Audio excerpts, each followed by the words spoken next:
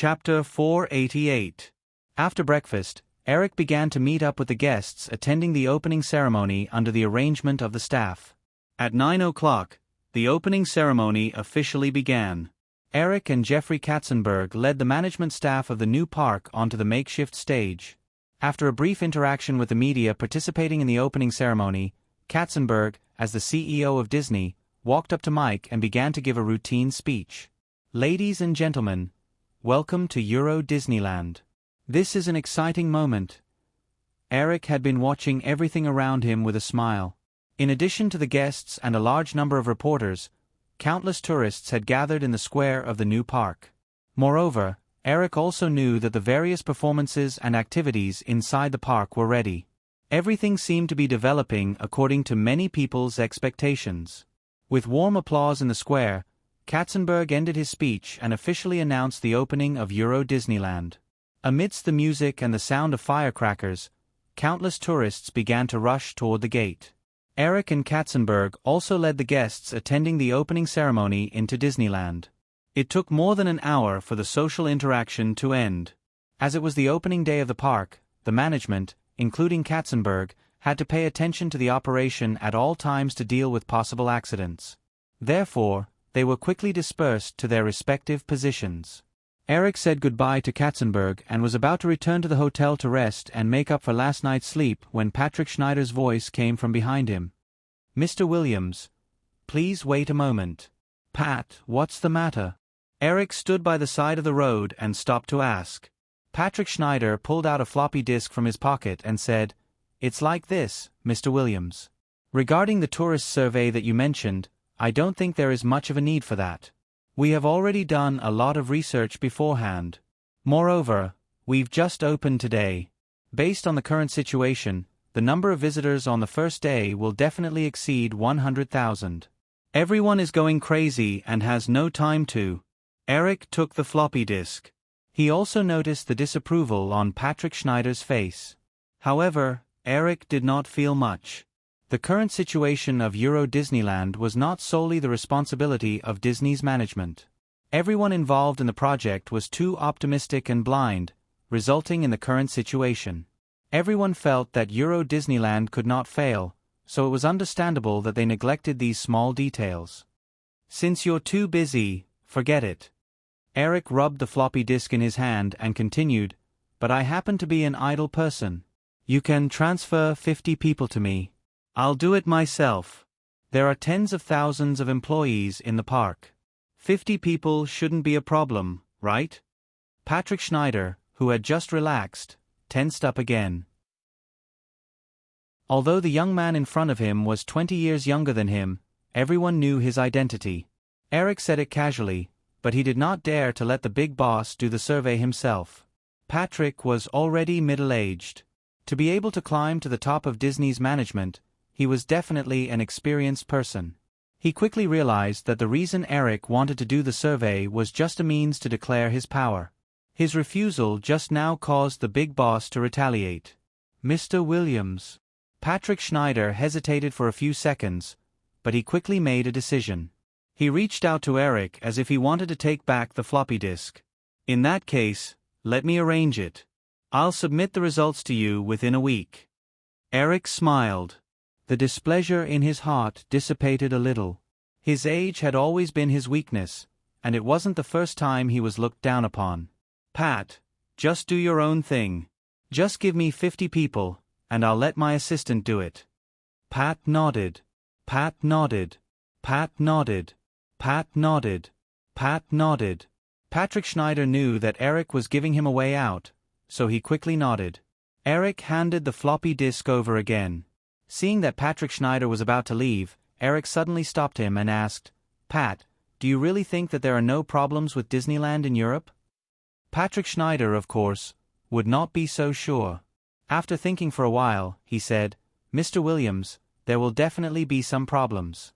However, this new park is completely built according to the specifications of Disneyland in America. Even if there are some flaws, there won't be any major problems." Eric had the urge to facepalm. He had almost realized that the biggest problem with Disneyland in Paris was that it was built according to the specifications of Disneyland in America. Okay, you go do your work. I'll get Alan to contact you. Patrick Schneider was a little confused by Eric's expression, but he did not ask any more questions. He agreed and left. Eric had originally planned to attend the opening ceremony, rest for a while, and then return to Los Angeles. After all, the post-production work of Jurassic Park was still going on. It was not wise to be away for a long time. However, after realizing the problem with Disneyland in Europe, Eric had no choice but to extend his stay. In the following week, while waiting for the results of the survey to be released, Eric basically spent his time at all kinds of parties. In addition to the official party held by the French government to celebrate the opening of Disneyland in Europe, there were also all kinds of private parties. After another night of socializing, Eric walked out of a mansion in the 16th arrondissement of Paris a little tipsy and warmly said goodbye to the host. This was a family party held by the chairman of Gaumont, Nicolas Seydoux. The guests were all famous French filmmakers. In both his previous life and this life, Eric was not very interested in French movies. However, he was very interested in Gaumont, which had been established at the same time as the movies. Some of the French filmmakers that Eric was interested in had worked with Gaumont before, so he gladly attended the party. However, perhaps due to bad luck, Eric did not know any of the filmmakers at the party that night. The driver drove the car over. Eric finally shook hands with Nicolas Seydoux. Mr. Seydoux, thank you for your invitation. Next time you come to Los Angeles, don't forget to be a guest at the Sharp Corner Manor. Nicolas Seydoux smiled and nodded. I will, Eric. Eric walked all the way back to the Disneyland Hotel in the suburbs. As soon as he walked into the hotel lobby, he saw Alan, who seemed to have been waiting for a long time, walking towards him.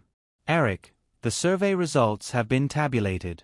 A total of 10,700 copies have been made, Alan said simply. In the end, he handed the thick folder in his hand to Eric with a heavy expression. I think it's better for you to see it yourself. Chapter 489. Seeing Alan's expression, Eric realized that the results of the questionnaire were not optimistic. Although he was mentally prepared for this, after returning to the hotel room, Eric opened the portfolio that Alan gave him. When he saw the statistics, he frowned. The questionnaire was not written by Eric out of thin air. Instead, it was based on some prospective data from Disney's original project planning book. Putting the information aside for the time being, Eric opened his Apple PowerBook laptop again, found the raw data he extracted from the information that night, and compared it with the real data in the questionnaire. Under normal circumstances, Eric would fall asleep easily after drinking. However, after looking at the comparison between the two figures, Eric didn't feel sleepy at all. Even the slight tipsy feeling he had was gone. After wandering around the study for a while, Eric picked up the phone and planned to call Katzenberg, who had returned to Los Angeles. However, after thinking about it, Eric put down the phone, picked up the stack of information, and walked out of the room. He found the fax machine in the hotel manager's office and sent all the information to Katzenberg's office. Although it was already late at night in Paris, it was only 3:00 in the afternoon in Los Angeles. It was still working hours. With Katzenberg's workaholic personality, even if he was not in the office, his assistant would send the information to Katzenberg in the shortest time possible. After sending all the information, Eric returned to his suite, sat at the desk, and read the survey results again. He typed in the document on the laptop for a while. At 1:00 in the morning, he finally couldn't help but want to rest. Just as he was about to wash up, the phone in the room rang. Eric picked up the phone. Eric, it's me. Although Katzenberg's voice was a little distorted due to the overseas call, Eric still heard the seriousness in his tone. I've seen the things you sent. I'll rush to Paris tomorrow. A week after the opening of Euro Disneyland, not only did the number of visitors on the first day exceed 100,000, but the total number of visitors in the first week also exceeded 500,000. Although the management of Euro Disneyland knew that this was because the park had just opened, they were still very optimistic that the total number of visitors to the park would exceed 10 million in the next 4 months of 1992. At least, as the CEO of Euro Disneyland, Patrick Schneider, thought so. The French investors who participated in the construction of Euro Disneyland were also very confident. After the initial busy period, Patrick Schneider had been attending various commercial and private parties recently, enjoying the flattery of the investors who were looking forward to cooperating with Disneyland. In the banquet hall of the Paris Hilton Hotel adjacent to the Champs-Élysées, another banquet was held. Patrick Schneider was talking with an executive of the Vivendi Group. His assistant hurried through the crowd to his side and made a few gestures to Patrick Schneider with an anxious expression. Patrick Schneider was a little unhappy, but when he noticed his assistant's expression, he had to say to the middle-aged man in front of him, "I'm sorry, Mr. Melson. I may have to leave for a while. I will carefully consider the cooperation between Euro Disneyland and C*****TV station." The middle-aged man named Melson also noticed the actions of Patrick Schneider's assistant and tactfully walked away. After Patrick Schneider slightly raised his glass to send the man off, he turned to his assistant. "Carl, what's the matter?" "Mr. Schneider, Mr. Katzenberg is here," the young assistant named Carl said in a somewhat urgent tone. Patrick Schneider raised his eyebrows. "Mr. Katzenberg? Didn't he just return to Los Angeles 3 days ago?" Carl shook his head and made a frantic gesture.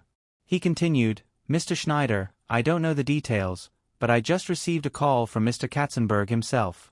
Mr. Katzenberg is already at Disneyland's headquarters. He also said that you should rush back within an hour and a half, otherwise, you don't have to go back." Patrick Schneider opened his mouth in surprise and stared at his assistant's eyes suspiciously, as if he wanted to make sure that the other party was not joking with him. But a few seconds later, Patrick Schneider rushed out of the banquet hall, even forgetting to put down the goblet in his hand.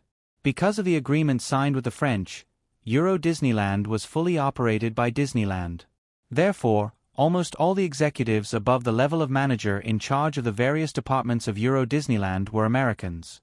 The French partner could only symbolically get some insignificant seats. Patrick Schneider rushed into the conference room just as Katzenberg gave him. When they saw him enter, everyone in the conference room looked at him. Katzenberg was sitting side by side with Eric at the large conference table, whispering to each other.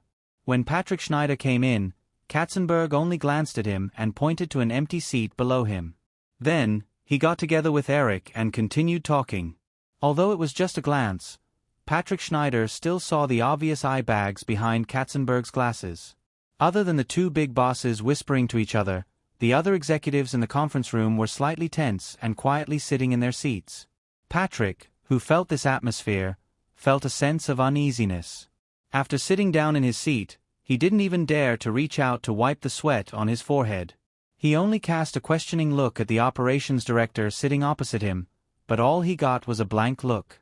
"All right, since everyone is here, let's begin." Katzenberg and Eric discussed in a low voice for a while before clapping their hands gently. After Katzenberg spoke, the administrative secretary who was sitting nearby distributed the information that had been prepared long ago. Eric just sat quietly by the side, playing with a pencil in his hand, quietly paying attention to everything around him. Since he had already found the problem, it was best to leave it to Katzenberg, who was better at running the company. Eric had always been very clear about his own strength. Although he had an innate advantage in producing movies, running a huge film company was beyond his ability. Moreover, he didn't have enough energy to do this. It was best to leave professional matters to the professionals. The temperament he had accumulated over 2 lifetimes made him not feel resentful because his subordinates were better than him. With the sound of pages turning, the atmosphere in the conference room relaxed a little, and whispers could be heard. However, these whispers only lasted for less than 2 minutes. As everyone flipped through the data in their hands, the conference room fell silent again. Katzenberg glanced at the dozen executives in the room and waited patiently for more than 10 minutes. When he was sure that everyone had finished reading, he said, "Okay, now everyone has finished reading the data in their hands. With your professionalism, I think you can definitely realize the seriousness of the matter. If not, you can leave this room now. The company will pay you 2 years of salary as compensation." No one spoke, and of course, no one chose to leave. As the person with the highest position in the conference room other than the 2 bosses, Patrick Schneider had a feeling that a disaster was imminent. He secretly glanced at Eric, who had been silent all this time, and hurriedly looked away before the other party noticed him. Patrick Schneider knew that the results of the survey in his hands were all done under the command of Eric. Disneyland Europe was part of Disney, and of course, it was also a property under Firefly. Patrick Schneider certainly didn't believe that Eric would falsify the data. But Patrick Schneider lowered his head and glanced at the data in front of him again. He tried to feel a faint sense of exhaustion again. The most important question in the survey was, of course, the satisfaction of the tourists with Disneyland. This question was conventionally divided into 5 categories: very satisfied, satisfied, average, dissatisfied, and very dissatisfied. In the survey of about 10,000 people, the number of people who chose to be very satisfied was only about 900, while the number of people who chose to be very dissatisfied was as high as 3,400. The number of people who chose to be very dissatisfied was the most, and the number of people who were satisfied was the least. If the total score was 10, the result of the data was far lower than the passing score of 6. The guests who were able to visit Disneyland in the first few days of its opening were definitely the group of guests who had the best impression of Disneyland and had the highest expectations. Most of them were likely fans of Disney movies. If the impression of these tourists was so bad, one could imagine what kind of feelings the following tourists would have toward Disneyland Europe. 23% of the tourists chose to be satisfied with the experience, 76% of the tourists chose not to visit Disneyland Europe a second time, and 90% of the tourists said that the park's fees were very unreasonable. In the free feedback of the tourists, there were also a lot of very detailed situations such as language communication, product prices, and even parking spaces that couldn't be ignored. If it weren't for this survey, perhaps we wouldn't have discovered such a serious problem in Disneyland Europe until the quarterly summary. I think that at that time, all the tourists who were full of expectations for Disneyland Europe would have left with disappointment. Once word of mouth spread, it would be a long and difficult project to reverse it. After Katzenberg finished speaking, he was silent for a moment before continuing. At the same time, I also asked the operations department to do a rough calculation of the per capita consumption of tourists. The original estimate was that the average consumption of tourists visiting the park was about $300, but the actual figure was only $120. This was the data obtained when a large number of tourists felt that the tickets were too expensive. The occupancy rate of the 7 theme hotels was only 37%, far lower than the original estimate of 75%. In other words, even if the current situation is maintained, the turnover of Disneyland Europe will only be 40% of the estimated turnover. If we completely ignore this situation, then we can be sure that this new Disneyland will not be as profitable as Tokyo Disneyland. Instead, it will bring a loss of more than $150 million. After Katzenberg finished speaking, the management of Disneyland Europe sitting next to him was already silent. Everyone could hear the suppressed anger in Katzenberg's tone. This was the anger of being deceived. Katzenberg was indeed very angry. Since he took charge of Disneyland at the beginning of the year, in addition to the business of Disneyland Europe, Katzenberg was undoubtedly most concerned about the Disneyland project. In the past 6 months, he had personally flown to Paris to inspect the construction of Disneyland more than once. However, in the past 6 months, he did not find any problems in the information submitted by the management of Disneyland Europe. Judging from the reactions of these people in front of him, Katzenberg knew that the possibility of deliberately concealing it was not high. It was more likely that these people ignored many problems because of their blind confidence in the project. Looking at Eric beside him, the anger in Katzenberg's heart dissipated a little. He moved his lips and said, "In this current situation, I also need to bear a part of the responsibility, but none of you can escape because I have a written opinion submitted by the French employees of the park. It lists many of the problems that the tourists mentioned in the investigation reports. This shows that these problems existed from the beginning, but you ignored them.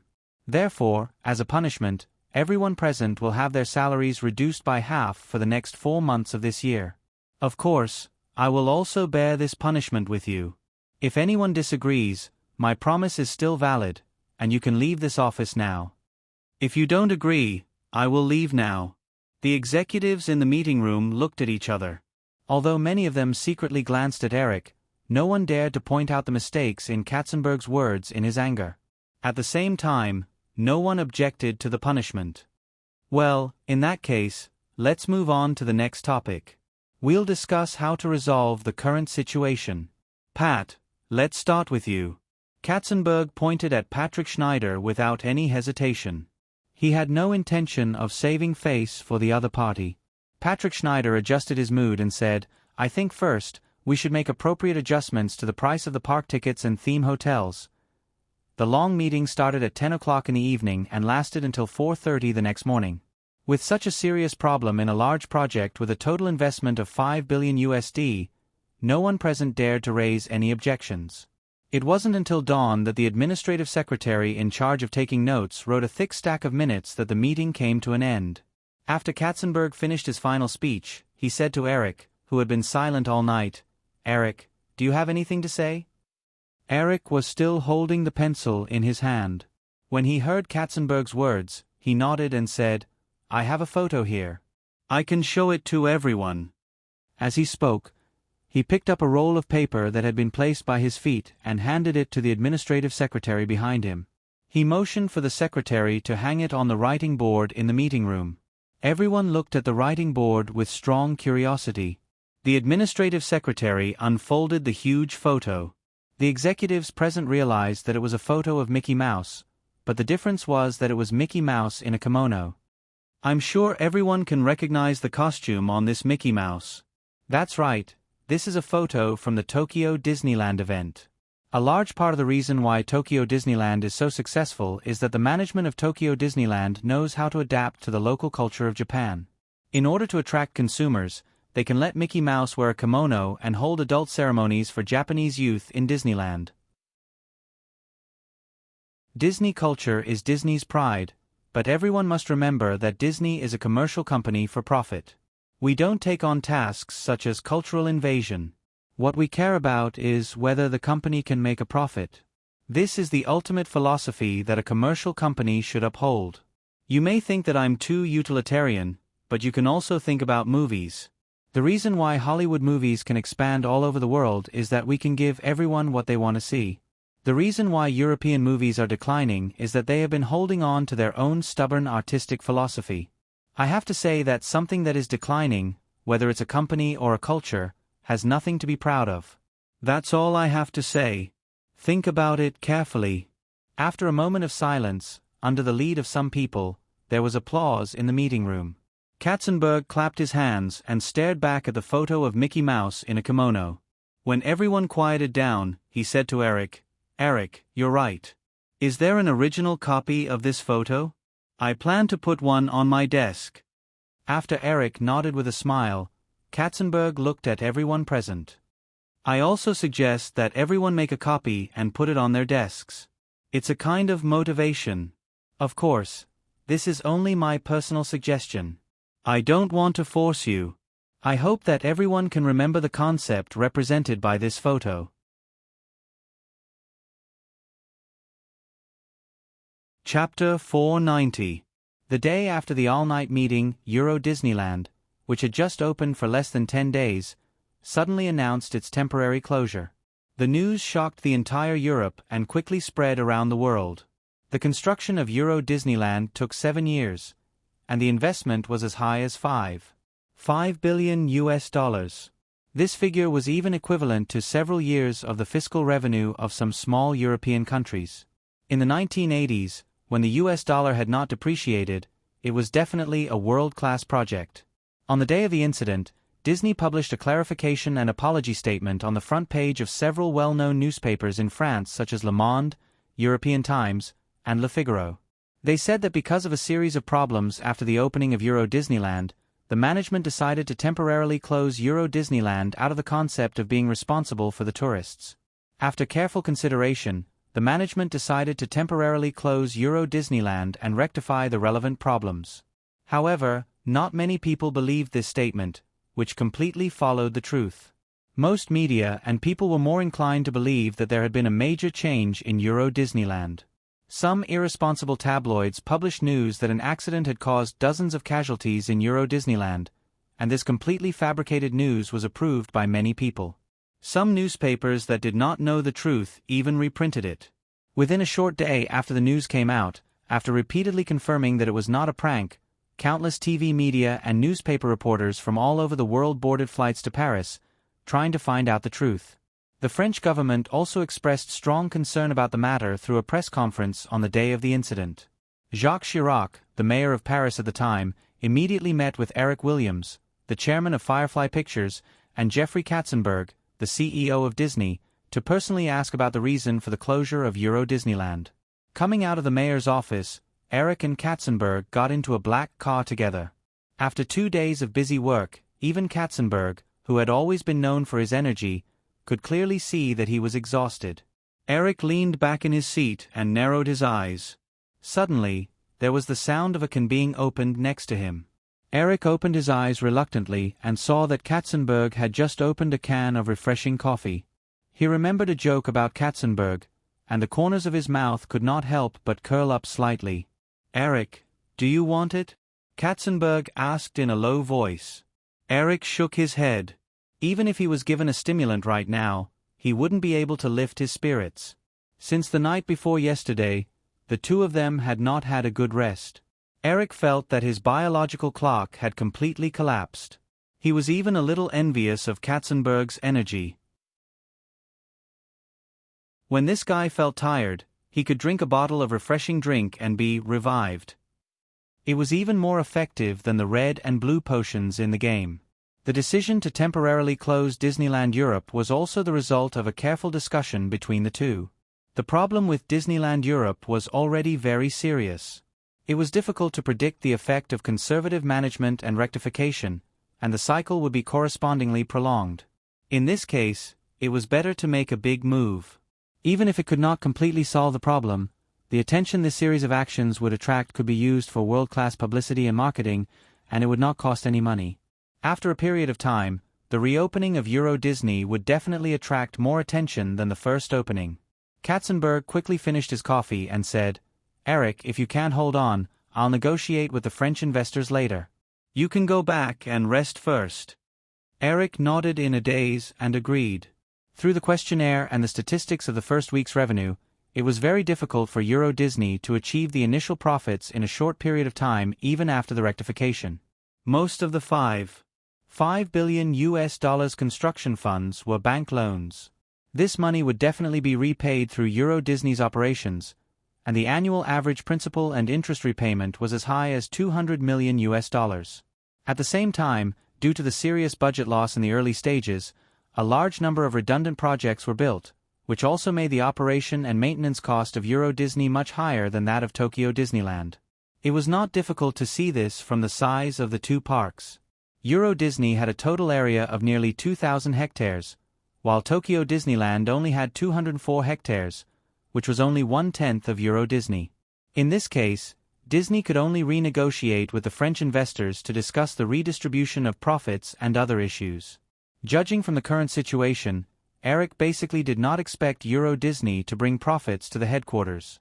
He only hoped that this overseas park could achieve break-even and not become a burden to the headquarters. After leaving the matter to Katzenberg, Eric returned to the hotel. He didn't even bother to take a shower. He directly threw himself on the bed and woke up from a boundless dream. The window was dark again. After washing up, Eric picked up the phone in the room and made a call. Only then did he go to the restaurant downstairs. He said a few words to the waiter, found a booth, and ordered dinner for himself. Before dinner was finished, Katzenberg had already walked over under the guidance of the waiter. "Give Jeffrey a share of my dinner," Eric ordered the waiter casually when Katzenberg sat down opposite him. Katzenberg obviously didn't eat dinner either. He didn't object and just asked the waiter to give him a glass of milk. "How is it?" Eric asked as he wiped his mouth with a tissue. Katzenberg took out a folder from his briefcase and handed it over. After Louis Bartlow read the information, he didn't object to the temporary closure of the European Disneyland. However, they wanted to take back the management rights of the park. I refused. If they gave up control of Euro Disney, the project would be completely out of control, and Eric had no confidence in the management ability of the French. Eric nodded in agreement with Katzenberg's decision. He then opened the folder and read a draft contract inside. The content of this contract was roughly the same as the bottom line of the negotiation he and Katzenberg had discussed. Disney would give up the patent licensing fees for the first 5 years of Euro Disney, and the patent licensing fees after 5 years would be halved. In exchange, the French investors needed to invest another $300 million into this project as the operating funds of Euro Disney. Although Disney would not be able to recover the initial investment for a long time after giving up the patent licensing fees, Disney did not suffer a loss. Because if Euro Disney lost money, just the pressure of repaying billions of dollars of loans could cause Euro Disney to go bankrupt.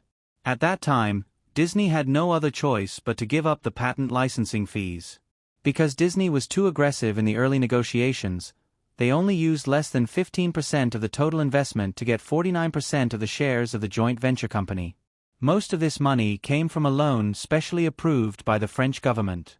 This meant that once Euro Disney did not achieve the expected profits, Disney's strong position would be reversed. At that time, not only would the French investors not pay any more money, but they would even need Disney's headquarters to provide funding. Now, by giving up the seemingly generous condition of the patent licensing fees and obtaining another $300 million of operating funds from the French investors, Disney could be said to have made a huge profit. After hurriedly reading the new contract, Eric continued to eat his dinner. The waiter also served Katzenberg's dinner. After dinner, the two did not leave. The waiter took the initiative to remove the tableware and served coffee. Eric said to Katzenberg, "Although the management rights of the park can't be handed over to them, we still have to let them participate as much as possible in this management adjustment. You can see from the report that the manager gave me that many problems were obvious, but our team obviously ignored them." "I know this." Katzenberg watched the waiter pour him a cup of coffee, but he just pushed the coffee aside casually. He did not intend to drink it again. Obviously, he was a little drunk these 2 days. "Eric, I will stay here personally until the park reopens and gets on the right track." The movies in the United States at the end of the year have all been confirmed. Although Frank is a little conservative, there won't be any mistakes. It's not a big problem for him to temporarily take over the business of Disney's headquarters. Well, I wanted to tell you about this yesterday, but I was so busy that I forgot about it. It's good that you're here. However, I have also been thinking about a problem these 2 days. The problem of changing the name of the park.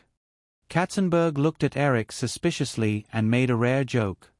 "You don't really want to change Disneyland to Firefly Park like what the newspaper said, right?" "Of course not." Eric shook his head and smiled. "Disneyland is already a very mature cultural symbol. I won't do such a stupid thing as changing Disneyland to Firefly Park. What I want to say is to change the name of Disneyland Europe to Disneyland Paris." Katzenberg shook his head slightly. "I don't understand, Eric. Is this necessary?" "I think it's very necessary. From the survey, it can be seen that the French still make up a very large portion of the people who visit Disneyland. Moreover, the so-called 300 million potential tourists within the 2-hour flight is not very realistic now. These 300 million people are obviously not as enthusiastic about Disneyland as we thought. Other than the French, most of the tourists who came to visit in the first week are tourists from the nearest countries to France. In that case, we might as well focus on the French tourists who have the most spending potential. Since the French are so proud, we should cater to their tastes. Changing the name is just one thing. Also, we have already discussed and decided that French, which the French consider to be a superior language, will be the first language of the park. English will be the second choice. In addition, the park's projects and activities must also pay attention to the integration of French culture, just like the Mickey Mouse photo I showed you 2 days ago. Katzenberg was somewhat convinced by Eric, but he still asked, "Won't it be too abrupt and obvious if we suddenly change the name?" Eric smiled and said, "That depends on the media and public relations methods of the operations department. Then I'll get them to come up with a plan as soon as possible." Katzenberg nodded. "What about you, Eric? When are you going back?" "Jurassic Park is still in post-production. You can't leave for too long, right?" "I'll stay for a few more days." The post-production work is personally handled by Stan. He participated in most of the production process of the movie. He already knows what effect I want. There won't be any problems. If he can let go of the management of the digital domain, I even plan to give the sequel to him to direct. Katzenberg knew that Firefly was expected to shoot 3 Jurassic Park movies. He was surprised to hear this. You're not going to direct the sequel yourself? Eric shrugged. It depends. I'm not sure myself. The two were chatting casually when there was a rush of footsteps not far away. Eric had just turned his head when Alan was already in front of him. Alan hurriedly nodded to Katzenberg before saying to Eric, "Mr. Williams, a call from New York. It's urgent." "Jeffrey, wait a minute. Let's continue talking after I finish the call," Eric said to Katzenberg and got up to leave with Alan. Although Katzenberg was curious about what urgent matter New York had to look for Eric, he did not ask. He just nodded to show that he understood. More than 10 minutes later, Eric did not appear. Only Alan hurried over. "Sorry, Mr. Katzenberg, Mr. Williams has already gone to the airport. He's flying to New York tonight. He asked me to inform you." "What happened?" Katzenberg stood up with a solemn expression. Alan shook his head and thought for a moment before saying, "I'm not sure, but it has nothing to do with the company. It's Mr. Williams' private matter." Katzenberg could see that Alan wanted to say something but stopped. However, since it was Eric's private matter, he relaxed a little and did not ask further. "Aren't you going back with Eric?" Alan replied, "Mr. Williams asked me to stay here for the time being and communicate with him about the rectification work here." Katzenberg nodded. "In that case, you can stay with me for the time being. By the way, did Eric leave anything else?" "No." Alan opened his mouth but did not say anything else. After Eric finished the call, he left in a hurry and did not have time to explain anything.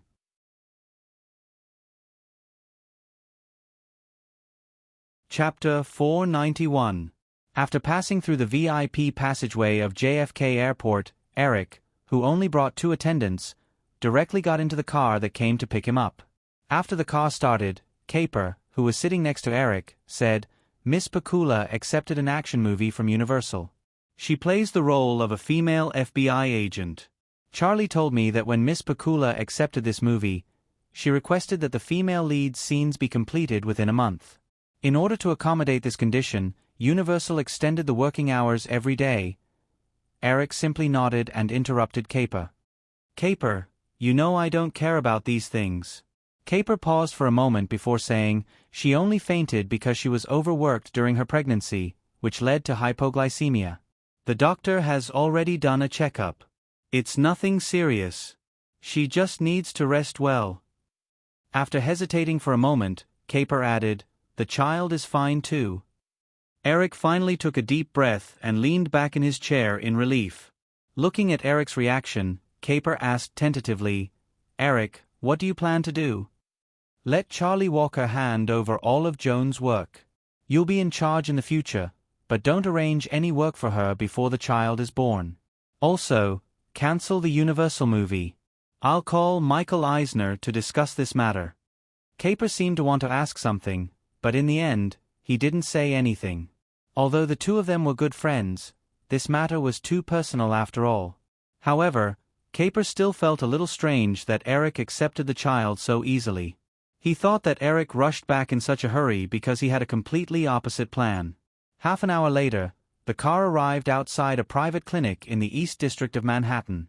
Through the car window, Eric saw that the clinic's entrance was already crowded with reporters with cameras. He wasn't surprised. The tornado was still in theaters all over the world. After more than 3 months, the box office in North America had easily exceeded $300 million, and the overseas box office was also steadily increasing. As the female lead, Joanna was at the peak of attention at the moment. The security guard opened the door of the clinic. Eric and the others did not get out of the car but drove straight in. Not many people know about this. Other than Charlie and Miss Pakula's assistant, there are only the film crew director and a few staff members who sent Miss Pakula here. "Oh, and the doctor in charge of this clinic," Kapoor said to Eric when the car drove in. "We won't leak this information. I also signed a confidentiality agreement with this clinic this morning. However, You'd better communicate with Universal about this with Michael Eisner. Eric nodded, but he could imagine that Michael Eisner had probably ordered Universal's crew to keep their mouths shut. If this matter was leaked out, it wouldn't do Universal any good, and it wouldn't do them much harm. Instead, sealing the news would do him a favor. This is Dr. Robert Bean. As they walked into the clinic, Kapoor introduced to Eric a middle-aged man in his 40s who came out to greet them. "Hello, Dr. Bean." Eric politely extended his hand to the other party. "Nice to meet you, Mr. Williams." Robert Bean shook hands with Eric and gestured towards the corridor. "Please come with me, Mr. Williams. Miss Pakula is over there." After passing through the corridor, the group went up the stairs to the second floor. A few people sitting on the bench outside the ward saw Eric and quickly got up and walked over. Among them, Charlie Walker, who obviously had dark circles under his eyes, was the first to speak. "Mr. Williams, I'm really sorry." Eric knew that Joanna must have hidden this matter from Charlie Walker, so he didn't want to make things difficult for this agent. He patted him on the shoulder and said to everyone, "I'll talk to Joan first." After pushing open the door, Eric saw a brown-haired girl with a ponytail sitting on a chair. She was chatting with Joanna in a low voice. When they heard the door open, the two women turned their heads. "You can go out first," Eric said to the brown-haired girl. He remembered that this was Joanna's personal assistant, but he couldn't remember her name. The brown-haired girl nodded and hurried out of the room with her head lowered. The moment Joanna saw Eric, her eyes became obviously flustered. She reached out and gently pulled the blanket to cover half of her face, as if she wanted to hide her whole body. Seeing Joanna's actions, Eric sighed with pity and sat down beside her. "Eric." Joanna looked at Eric's expression worriedly and called out softly. Eric reached out to help Joanna tidy up the messy hair on her forehead. When he saw the woman's small action, he sighed again. "Why didn't you tell me earlier, Joan? Do you have so little confidence in me?" "No, it's not like that." Feeling Eric's gentle action, Joanna seemed to be relieved. She shook her head gently and said, "No, it's not like that, it's just..." Vicky said, "It seems that it's really not a good idea to let the two of you get together." Eric could almost imagine what Virginia would say. He shrugged helplessly. Virginia had been in Hollywood for too long and was used to seeing the on-off and off-again relationships between stars. Coupled with her relatively independent personality, she didn't have much confidence and dependence on relationships and men. When Eric was with Virginia, although the woman always followed him, he could often feel Virginia's very casual attitude. It seemed that after the two of them had a night of fun, Virginia wouldn't make a fuss even if he completely disappeared from her life in the next moment. Hearing Eric's complaint, Joanna seemed to be at a loss again. Eric reached out and took one of Joanna's small hands. He patted it comfortingly and said, "Joan, do you remember what I said to you that night when I went to San Francisco 2 years ago?" Joanna was stunned. She remembered some of the scenes that night and her face turned red. She wanted to imitate Virginia's expression and stare at Eric, but in the end, she just lowered her eyes and nodded slightly. "I wasn't joking with you that night, so don't worry and give birth to the child. I will raise it with you." "But..." Joanna raised her head again with some worry. If you're worried, I can hold a press conference now and announce to the public that I'm going to be a father." Hearing this, Joanna was finally relieved. What she was most worried about was that Eric would refuse to acknowledge the child or keep hiding the child's identity from the public. If this was the case, the child would definitely not have a good growth environment because material protection was definitely not enough for a child to grow up healthily. "Eric, it's fine as long as you accept the child. Forget about the press conference. I don't want the media to pay attention to it so early." Eric saw that Joanna finally had a relieved expression on her face and was relieved. "Okay, I'll do whatever you say. You're the boss now." Joanna smiled softly with a little sweetness. She stroked her abdomen through the quilt and acted coquettishly. "Eric, I'm hungry. What do you want to eat? I'll make it for you personally. It doesn't taste good." Okay, I'll call your assistant in. Let her make whatever you want to eat. I still have to talk to the doctor and Kapoor." Joanna nodded and said, "Eric, my scenes in that movie will be finished in a week. I plan to forget about the movie. You just focus on taking care of the baby. Leave the rest to me." Seeing that Eric was about to get up and leave, Joanna struggled in her heart. She wanted to enjoy Eric's love alone, but she also felt that she shouldn't be so selfish. In the end, Joanna held Eric's hand. "Eric, Vicky is also filming in Philadelphia." Eric felt that the woman seemed to be a little nervous.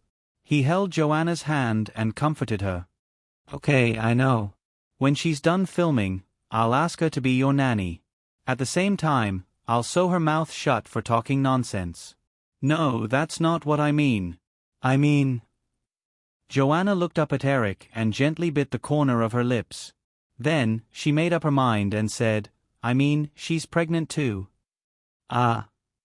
Eric staggered and almost fell. Philadelphia was less than 2 hours away from New York by car. Eric arrived in New York near noon. After hearing the news from Joanna, he had to rush to Philadelphia immediately.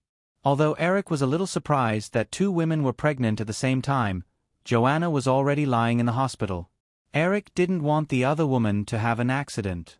As Virginia's agent, Kapoor also sat in the car with Eric. At this time, he was telling Eric about the movie that Virginia was filming. "I've contacted Virginia's crew. They are now filming in Vine Street in the old city of Philadelphia. We can go there directly. This is a drama film from Carlock Film Company. I personally negotiated the script. There are some thriller elements, but there are definitely no thrilling scenes." Eric nodded with relief. There was no GPS navigation in this era. After arriving in Philadelphia, it took Eric and the others a while to find the destination. After getting off the car, they walked into the set under the guidance of the crew members. They were almost shocked by the scene that was being filmed. In the middle of the set, surrounded by the crew members, a 2-story bus was parked by the roadside. The ground on the right side of the bus was covered with a 1-meter-thick sponge mat. Virginia, who was wearing a red dress, was standing on the bus with her back facing Eric and Kapoor. She was bargaining with the middle-aged man who was sitting on the raised arm controlling the camera. "Mr. Pine, this is definitely the only time. No matter what, I won't fall a second time. If you don't do a good job, you can use a substitute next time." The middle-aged man who was adjusting the camera was also a straightforward person. He waved his hand decisively. "Don't worry, Miss Madsen. I'll control the camera myself. There won't be any mistakes. Okay, all departments, pay attention. The actors are in position, the script." Eric suppressed the urge to rub his forehead. "Is the little girl standing on the bus really pregnant? This is too out of place." Although falling from a 2-meter height onto a 1-meter-thick sponge mat basically won't cause any problems. "But you are a pregnant woman. Pregnant woman. Pregnant woman. Pregnant woman."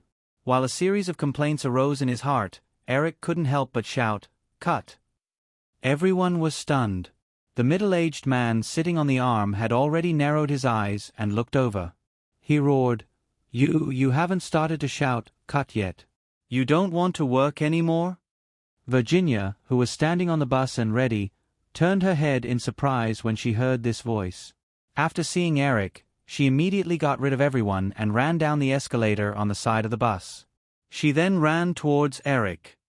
"Kapoor, I'll leave the rest to you," Eric said to Kapoor when he saw Virginia approaching. Then, he pulled the woman's little hand and walked out with a dark face. Actually, he wanted to pull her ear.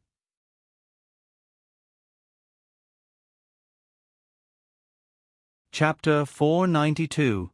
She obediently let Eric pull her, but Virginia couldn't help but ask, "Eric, when did you come back? I heard that Disneyland suddenly closed a few days after it opened. Could there really be an accident? I was planning to go there with Joan after this movie." Eric didn't answer.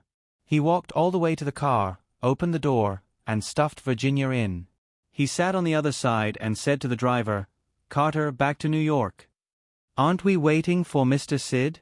the driver asked through the rearview mirror. Eric shook his head. Kapoor had to negotiate with the director about Virginia's contract. This wasn't something that could be done in a short time, but Eric didn't have time to wait here. The driver saw Eric's expression and started the car. Eric raised the fender and turned to look at the woman beside him. Virginia finally noticed Eric's expression, and she had a bad feeling. She moved to the other side and whispered, I'm still working." Eric pointed at the double-decker bus not far away. He suppressed his anger and raised his voice. "Is that what you should be doing now?" Virginia shrunk her neck and blinked a few times. She understood.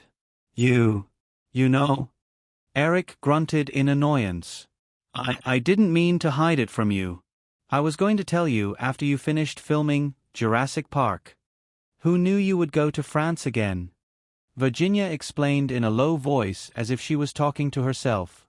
Suddenly, she raised her eyebrows. "It must be Joan. I should have known not to tell her.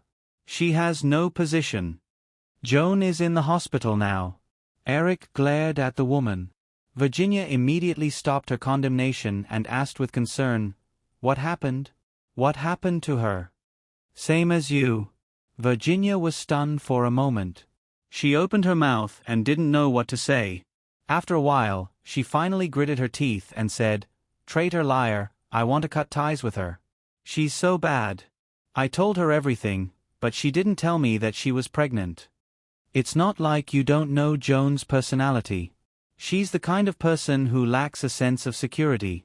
How would she dare to tell others about such a sudden thing?" You're biased. I'm pregnant too, but you're still siding with her. Why are they here again?" When Eric heard this, a helpless expression immediately appeared on his face. 2 hours later, Eric brought Virginia back to Long Island, east of New York. Joanna's private clinic in Manhattan was already surrounded by reporters. Even though she had signed a confidentiality agreement with the doctor, Eric was still worried about bringing a pregnant woman there. After asking Virginia a few questions, the woman told him about another private clinic that she had been doing checkups in the small town of Southampton. "Mr. Williams, look, this is the fetus." In the ultrasound room, a middle-aged female doctor was operating the equipment while pointing at the image on the color screen. Virginia, who was lying next to him, also turned her head to look. Eric looked at the glass ball-sized little guy curled up on the doctor's fingertips and had a very strange feeling in his heart. He was going to have another child in this world. When the female doctor saw Eric's expression, she thought that Eric felt a little incredulous like many parents who saw the ultrasound image. She smiled and explained, "Mr. Williams, fetuses around 9 weeks are like this. They have just developed the basic fetal form. Although they look very small, they will develop into a very cute baby in about 30 weeks. Eric smiled and nodded. It took more than an hour to finish the examination. Because of Eric's attitude from the beginning until now, Virginia was completely relieved.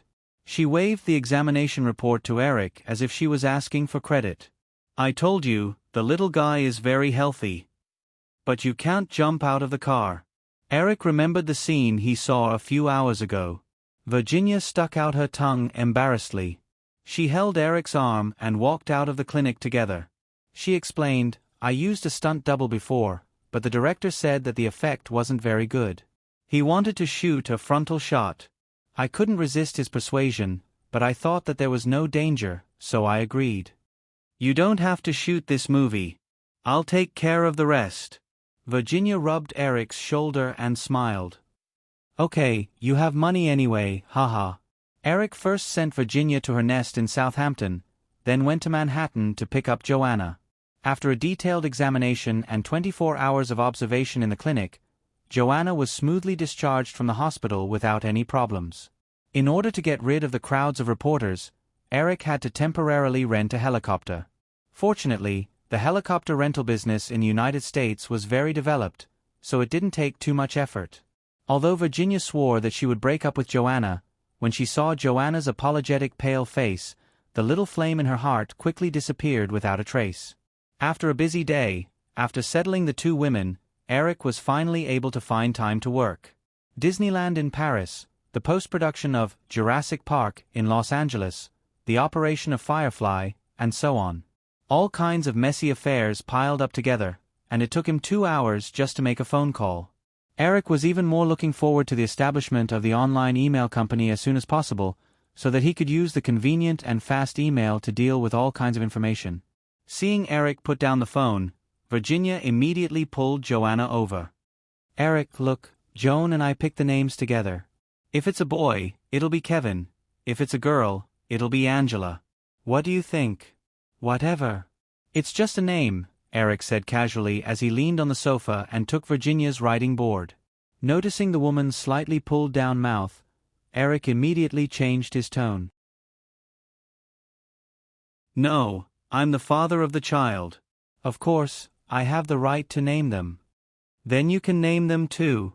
If it's 2 boys or 2 girls, it'll be just right," Virginia said with a smile. Eric rested his chin on his hand and thought for a while.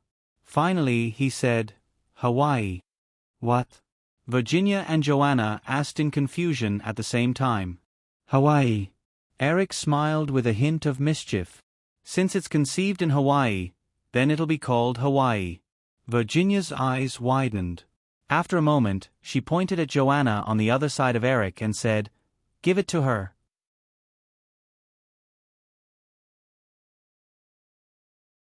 Chapter 493. Joanna didn't have as big of a reaction as Virginia.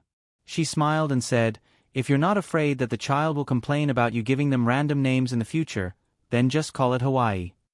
It's better than being called Kevin or Angie and finding a lot of people with the same name when they grow up, right?" Eric subconsciously began to complain again.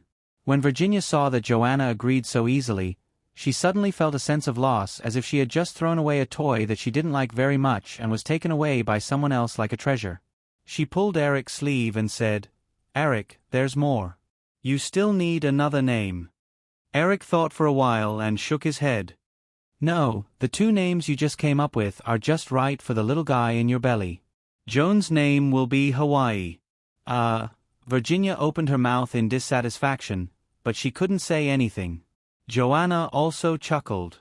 The news that Joanna suddenly fainted during the filming of the movie had attracted a lot of media attention. Then, the spokesperson of Joanna's agency, ICM, suddenly announced that Joanna had withdrawn from the cast due to illness. However, he didn't say what illness Joanna had, so it caused all kinds of speculation. In this case, the news that Virginia had withdrawn from another movie of Carlock Films was dug up by the paparazzi almost at the same time. The relationship between the 2 women's best friends was not a secret in the industry. The sensitive media immediately realized that there was some unknown inside story, so a lot of paparazzi began to move.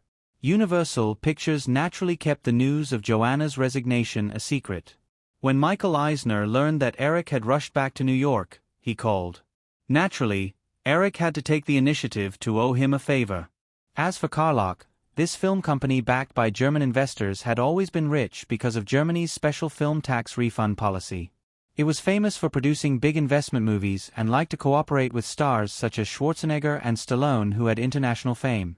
The first movie in the original spacetime, Terminator 2, which had an investment of more than 100 million yuan, was the work of Carlock Films. However, the Germans only wanted to rely on movies to make money and didn't want to offend the local tyrant of Hollywood. After promising some cooperation conditions, Eric didn't even have to pay a cent for the breach of contract and took back Virginia's contract. After dealing with these things, Eric planned to take the 2 women back to Los Angeles. At the end of September, the temperature in New York had dropped below 20 degrees, and Southampton, which was in the suburbs of New York, was even colder. It was not suitable for pregnant women to recuperate. However, for some reason, Virginia didn't want to go back to Los Angeles. Eric had no choice but to stay for the time being. In order to prevent the paparazzi from finding Virginia's house, Eric had to temporarily rent a mansion in East Hampton nearby and moved with the 2 women's. Eric returned to New York for 3 days. Because of good confidentiality measures, the news had not been disclosed. However, it was impossible for Eric to hide this from the people close to him, especially Chris Hansen, who had been living in New York. "Eric, didn't Chris say that he would come at 12 o'clock? It's been 5 minutes now. Do you want to call and ask?" Virginia poked her head out of the kitchen and shouted to Eric. Eric looked at his watch and said, Don't worry. Maybe something happened. Also, don't make trouble in the kitchen. I'm afraid that the food they cook won't meet your taste. Virginia rolled her eyes at Eric, then turned and walked into the kitchen to command the chef. Although Eric said so, he also felt a little strange. Chris had always been a very punctual person. He wouldn't be late for no reason. After thinking for a while, Eric picked up the remote control and turned off the TV. He got up and walked out of the villa. Joanna, who was reading in the corridor, saw Eric coming out and looked over. Eric pointed at the door, picked up a pair of sunglasses and walked out. East Hampton was located at the easternmost tip of Long Island. There were more top rich people living here than in Southampton. Spielberg owned a 5-hectare manor called Magnificent Farm. However, the rich people who bought property in East Hampton usually just wanted to avoid the summer heat, because the summer climate here was very pleasant. Now that it was the Mid-Autumn Festival, most of the residents, like migrating birds, had returned to more suitable residences. Therefore, the town seemed a little deserted and empty. Eric had just walked out of the gate when he saw Chris driving a white BMW car over. His girlfriend, Emily Brighton, was sitting in the passenger seat. The two also saw Eric. They slowed down and greeted him before driving the car into the yard. After handing the gift to the servant, Chris said apologetically, "Eric, I'm so sorry that I'm late. I just happened to meet an acquaintance on the way, so I had to get out of the car and say hello." Eric hugged Chris and Emily, then said, "It's okay, this is not a formal date. But I'm curious about who can make you stop and say hello." Chris smiled and greeted Virginia and Joanna, who were walking over. Then he said to Eric, "I remember when we first met, you mentioned the Wolf of Wall Street. That guy just now is the standard Wolf of Wall Street, a master of capital operations. I only worked with him for a period of time when I was at Morgan Stanley for a business deal. This person doesn't have a good reputation among investors, but I admire his capital operations." "Oh, now I'm even more curious. What's his name? Have I heard of him?" "Ron Perlman," Chris said a name, then said, "I don't think you've heard of him." Eric was about to nod, but Chris continued, "However, the company he's been running recently has a certain connection with Hollywood. It's the Marvel Entertainment Group. It mainly deals in comic book publishing, toy production, and animation companies." When Eric heard the name, he suddenly raised his eyebrows and subconsciously stopped. "Marvel Comics? Of course, I've heard of this company. Not Marvel Comics. The Marvel Entertainment Group is the parent company of Marvel Comics. Okay, can you guys stop talking about these things? Let's go in, it's time to eat." Virginia saw that the two men seemed to be standing outside the door and chatting, so she quickly reminded them. "Okay, let's go in." Eric helplessly gestured to Chris, then said, "Tell me about this company later, I'm very curious." "No problem," Chris said. "But I have another surprise for you." "Well, okay, let's eat first." The group chatted and laughed as they walked into the dining room. The servants had already placed the food on the table. Eric personally poured red wine for Chris and Emily, then poured some for himself, and put the wine bottle aside. The two women also instinctively drank the juice. Seeing this scene, Emily Brighton raised her eyebrows slightly and glanced at her boyfriend. She wanted to say something but stopped. "They're pregnant, so they can't drink." Eric noticed Emily's expression and took the initiative to explain. He had never thought of denying his child, so of course, there was no need to hide it from his relatives and friends. "Actually, they can drink a little." Emily was a little surprised at Eric's calmness at first, then smiled as if nothing had happened. But soon, she shook her head. "But it's better not to drink." Eric also smiled and said to Chris, "By the way, Chris, can you tell me about Surprise Entertainment Group?" Although the two did not meet often, Chris was still very familiar with Eric. "Are you interested in this company?" "Of course, you should have seen the success of DC's Batman series, right? This Batman Returns is terrible in my opinion. I'm a fan of DC Comics." Chris shook his head regretfully, but soon got to the point. "If you want to take over Surprise Entertainment, now is not a good time. Didn't I just say that Ron Perlman is a master of capital?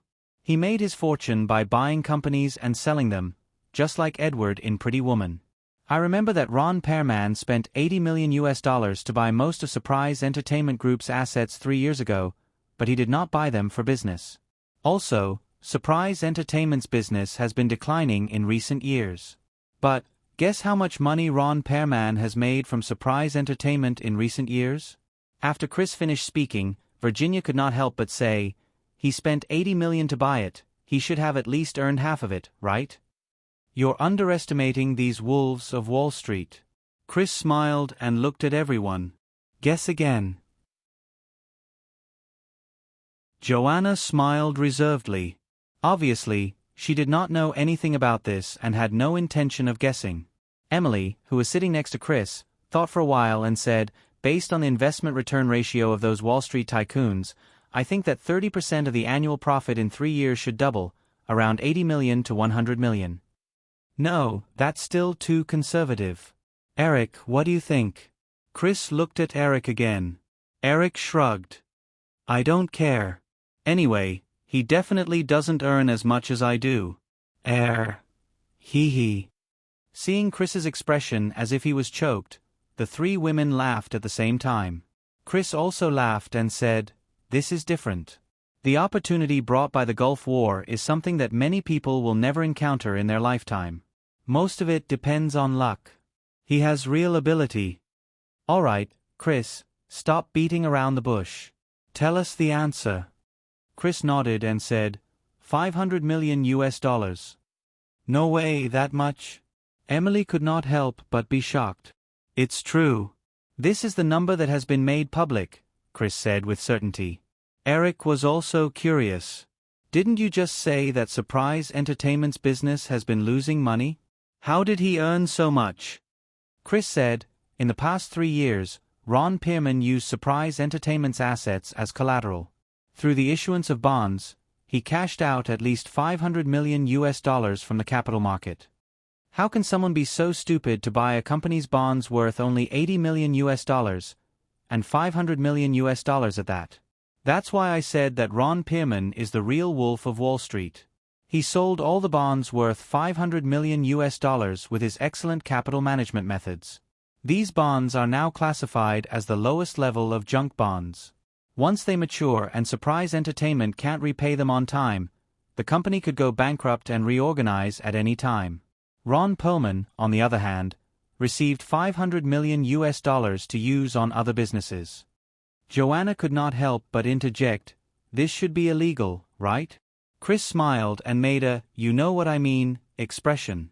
Emily took the initiative to explain, "If you look into it, it should be illegal. But I haven't seen many Wall Street tycoons go to jail before they go bankrupt. As long as they don't fall, the law basically has no effect on them. I think even if he is sued by the bondholders in the future, the compensation will only be a small part of the profits of $500 million. Chris agreed and said to Eric, "So, Eric, if you want to take over Surprise Entertainment Group, now isn't a good time. As long as you have this idea now and Ron Perlman finds out, you'll be a sucker for a fool. If I want to buy Surprise Entertainment, when do you think I should do it?" Eric asked. Chris thought for a moment and said, "Ron Perlman has basically squeezed all the value out of Surprise Entertainment Group. I think he'll abandon the company in 2 years at most. If you're really interested, I can help you collect some information. Then we'll wait for the right time to make a move. Then do it as soon as possible, Chris. Treat this as a very important matter," Eric said solemnly. "I have also read some of Surprise's comics. They have more popular comic characters than DC. I think the value of this company is definitely much higher than you think." Chris stopped what he was doing and looked at Eric. "So, you really want to buy this company?" "Of course, I am serious." "All right then, I'll keep this matter in mind." Chris nodded and everyone changed the topic. Because of Eric's frankness, no one avoided the topic of the 2 women's pregnancy. Eric also asked when Chris and Emily planned to get married. "It depends on her. But the last time my father came to New York, he also hoped that we could at least get engaged first." Chris was a little helpless when he heard this question. This time, Emily lowered her head a little abnormally. She seemed a little embarrassed.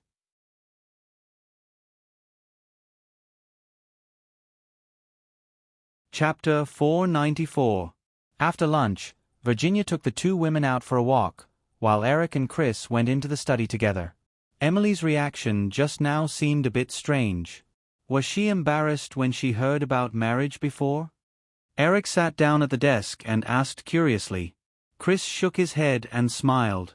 Maybe it's because they are pregnant. When you told me the news, Emily and I were talking about something. Chris shook his head helplessly. Obviously, the result was not good. He quickly changed the topic. What about you? What's going on in Europe? Why is there such a big movement? Eric briefly told Chris about the situation at Disneyland in Europe.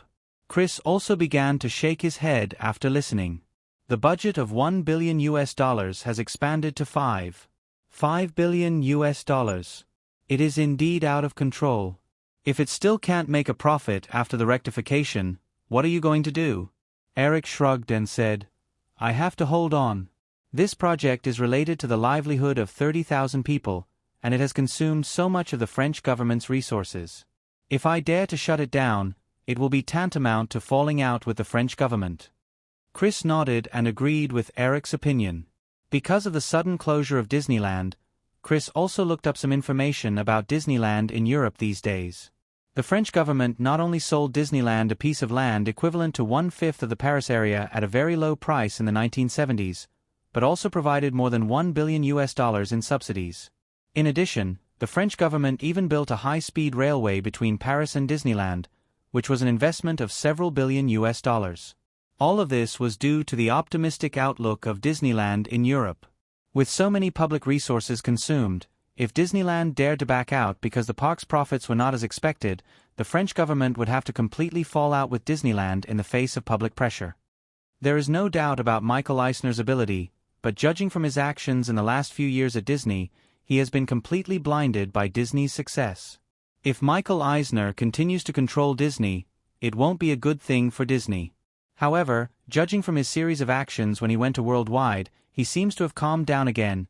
Chris couldn't help but comment when he thought of Michael Eisner, who initiated the Disneyland project. Eric recalled a little, and it seemed that this was the case. In the mid to late 1990s in the original spacetime, although the market value of Disney was still rising, that was only because of the general trend of the improvement of the overall economic situation in the United States. Disney's profits were declining year after year, and the huge acquisition of ABC TV station also became a drag on the Disney Group, and it increased Disney's debt ratio to a quite dangerous value. After Michael Eisner stepped down, Disney regained its vitality through a series of reform measures by the successor leader, Robert Iger. At present, Michael Eisner was driven out of Disney by Eric and went to Worldwide. It could be said that it was a good thing for Michael Eisner and Disney. Disney could let go of the constraints of Michael Eisner and continue to develop rapidly. Michael Eisner, who had calmed down, could also start a new career with Worldwide as a platform. In the current Hollywood, Eric felt that there were not many people with outstanding ability. Most of the directors of the major film companies were more than enough to preserve their achievements but not enough to make progress. There were only 3 executives of the major film companies that impressed Eric in the 1990s: Barry Diller, Jeffrey Katzenberg, and Michael Eisner. Judging from the current information, the possibility of Barry Diller acquiring Paramount was very low. It would not be easy for the Hollywood tycoon to return to Hollywood. Katzenberg would still stay in Disney. Eric would not force Katzenberg out of Disney like Michael Eisner did. So, it seemed that his biggest competitor in Hollywood would undoubtedly be Michael Eisner. I heard that Steve Ross is about to die?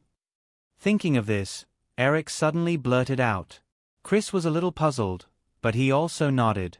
He should not be able to survive this year. Without Steve Ross's suppression, Warner's already intense internal strife will probably be exposed to the public. Warner definitely won't be able to compete with Firefly in this way. In the future, Firefly's biggest enemy in Hollywood will probably be Worldwide. Listening to your tone, you don't seem to hate Michael Eisner. It doesn't matter if I hate him or not, but I have always admired people with outstanding ability. And it's a good thing to have an opponent. Otherwise, life would be too boring, Eric said honestly. He knew very well that everything he had now was obtained with the help of his transmigration cheat. Therefore, he admired those tycoons who did not have a cheat but could still command the world. After chatting about some trivial things in Hollywood, Eric remembered what Chris had said when he had just arrived at noon. He asked, "Didn't you say that you have good news for me? What is it? Can you go online here?" Chris stood up with a smile and asked. Eric nodded and immediately understood. "Is there a result?" "Yes, wait a moment," Chris said with a smile. He then walked out of the study and quickly came back with a laptop from the car. Eric pushed his Apple laptop aside on the desk and pulled out the network cable. When he saw Chris open the laptop, he was a little surprised. "This is IBM's ThinkPad?" The famous ThinkPad series of antique computers. Eric vaguely remembered that not long ago, he saw in a magazine that IBM was about to launch its own laptop to compete with Apple. He did not expect it to be on sale, and it was the ThinkPad series. In his previous life, because IBM's laptop business was acquired by Lenovo, Eric also bought a ThinkPad laptop. The ThinkPad brand was probably the oldest laptop series that had existed for a long time. The ThinkPad 700C was just released not long ago. I bought one to try it out. The configuration is similar to Apple's PowerBook, but this laptop is loaded with the latest version of Windows 3. 1. I think it's much easier to operate than Apple, Chris said. Firefly's investments focused on the high-tech fields related to computers and networks. In order to be able to participate in this field on a deeper level, Chris also spent a lot of time studying this field. The familiar Windows interface appeared in front of Eric. He glanced at the eye-catching E icon on the light blue background of the desktop. Chris skillfully connected the laptop to the network cable. When he saw that Eric had already started to click on the software shortcut key, he smiled and explained, "This is the software logo that they designed according to the blueprint you gave them. Currently, this software is still in the alpha version of internal testing. The beta version for users will be released at the end of November. The official version will be released next year after user testing and feedback." After listening to Chris, Eric had already connected to the network and opened the graphical browser that appeared 2 years earlier than the original spacetime.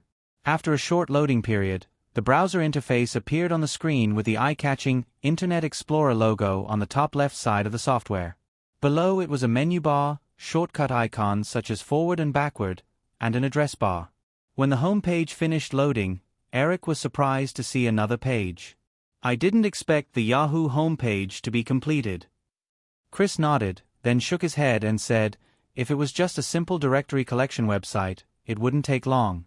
However, the proposal you gave us is more than that. Currently, the team is testing and optimizing the search engine algorithm. They also feel that this function will be one of the core technologies of Yahoo. Therefore, they are very careful. What you see is only the test server we set up. Currently, we have collected and organized more than 8,000 websites. They are divided into news, finance, technology, education, and other sections." Eric clicked on a few of the websites in the directory and tried them out. They opened very smoothly. Moreover, the Yahoo homepage was designed according to Eric's brief and clear design concept. It was not like the websites in his previous life that were full of miscellaneous information. However, Eric also knew that the main reason was that the technology was not up to par. Thinking of this, Eric looked at the homepage again. Although it was very simple, he felt that something was missing. Pictures. Oh right, the website can't be full of text. There should be pictures, right? As Eric spoke, he casually opened a few more websites. Sure enough, he saw pictures on other websites. Chris was a little surprised, but he quickly explained, "I thought you wouldn't pay attention to these things. IE's management is currently negotiating with a company called Computer Server. They plan to acquire this company. I was planning to give you the relevant documents next time." CompuServe. Eric repeated the name, but he could not remember the company's name. "What do they do? Is it related to pictures?" Chris nodded. This company has developed an image format that is very suitable for the relatively slow internet speed. It can compress the image by 50% without losing the image quality at all. This image format is called Graphics Interchange Format. Most people call it GIF. You saw the images used on several websites just now. Most of them use this image format. When Eric heard the name of the GIF, he immediately understood what was going on. It's too familiar. Chris saw Eric raising his eyebrows and paused for a while. But he continued. IE's team plans to acquire this company and refine the GIF image format. They will also apply for a patent and use IE as the carrier to market the GIF image format. Although Chris did not say anything, Eric understood what is going on. Using IE as the carrier to market the GIF image format will attract a lot of websites to use the GIF image format. IE had applied for a patent for this algorithm format, and other companies that want to use GIF to develop commercial software must get IE's authorization. This is a technical barrier, and most companies without sufficient technology will not enter the browser industry. Even a powerful software company like Microsoft will have to spend a lot of time and money to develop a GIF graphical browser. In this era of technological breakthroughs, if a company lags behind by a few weeks, it will be overtaken by its competitors, let alone a few months or years. Oh, have you applied for a patent for IE's core? Chris nodded. We have applied for all the patents we can. Tim Berners-Lee had also agreed to use IE's standards when promoting the World Wide Web. But many of the technologies are still available for free, so it is not difficult to bypass our patents. What we can do is to set up some technical barriers for related applications, such as the GIF image format. Eric was disappointed when he heard Chris's explanation. Chris comforted him. But as long as we maintain our advantage in technology and time, we will be able to maintain our lead. Furthermore, IE does not charge any fees. Speaking of which, the IE team does not understand this. They feel that this software is great, and if it can be used commercially, it will bring in a lot of profits. This is what I promised Tim Berners-Lee. You were there too, Eric said.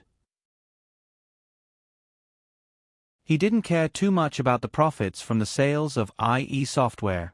The key was the huge potential user base. Also, you'll understand the benefits of doing this in the future. I hope so. Chris did not say anything else. There were only 20 million internet users in the world, which was far less than the number of personal computers. Therefore, Chris did not feel bad about giving up on IE's sales. After looking at the results of Yahoo and IE, Eric asked, "What about the online email service?"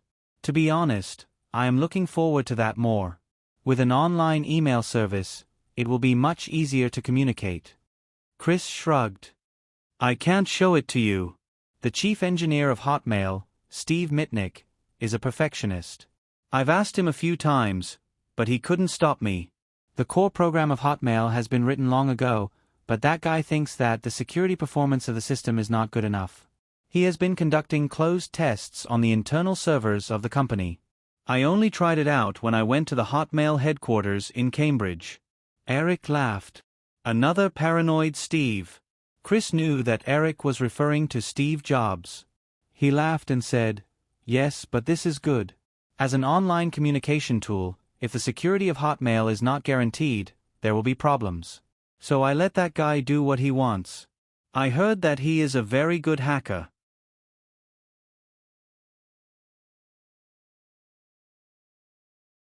Chapter 495. When Eric heard Chris's words, he smiled and said, "I'm only concerned about when he can launch the Hotmail online email service." "At least half a year," Chris said. He seemed to have thought of something. He clicked on a program on the laptop in front of him and said, "Eric, maybe you should take a look at this. This is Microsoft's email client, Microsoft Mail, which was launched on the 3.1 system." Eric looked at it briefly and quickly realized that this email client that was integrated into the Microsoft Office application should be the predecessor of the famous Outlook. In the original space-time, Outlook was an Office product launched after Microsoft acquired the Hotmail online email service and integrated it with its own email client. However, Microsoft Mail was also a point-to-point LAN email client. It could only be used on a fixed computer and did not have an online email function. Don't worry, Chris, this application is not a threat to us. Our Hotmail is targeted at all internet users, and Microsoft's application is more limited to business offices. Ordinary people can't use it. Chris also knew that Eric was telling the truth, so he just casually mentioned it. The reason why Eric was so relieved was mainly because all the software giants had not realized the future of the internet, so Firefly had enough time to plan. As for Microsoft, although the launch of Windows 3.1 had received a good response, Microsoft's operating system still had not achieved mainstream status. Windows 95, which would lead Microsoft to the dominant operating system, would only be released 3 years later.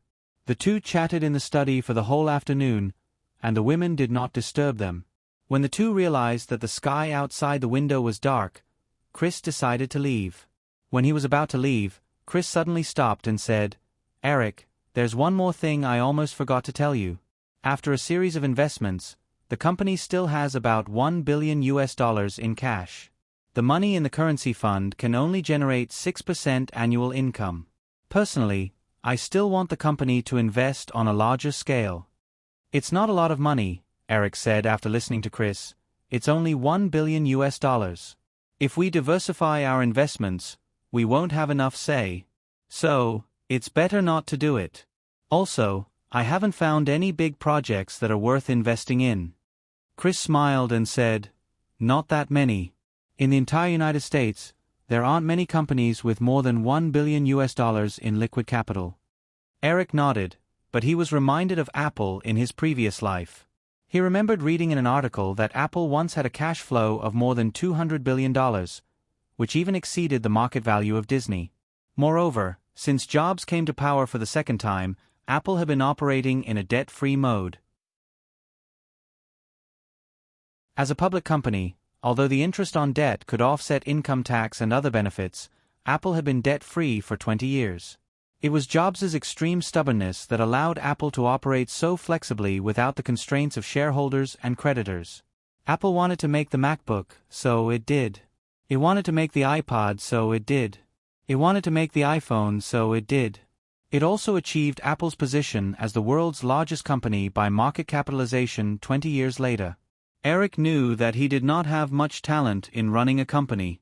However, as a person who had transmigrated from a knockoff kingdom and was lucky enough to have the memory of his previous life, Eric was confident that he could imitate the path of others.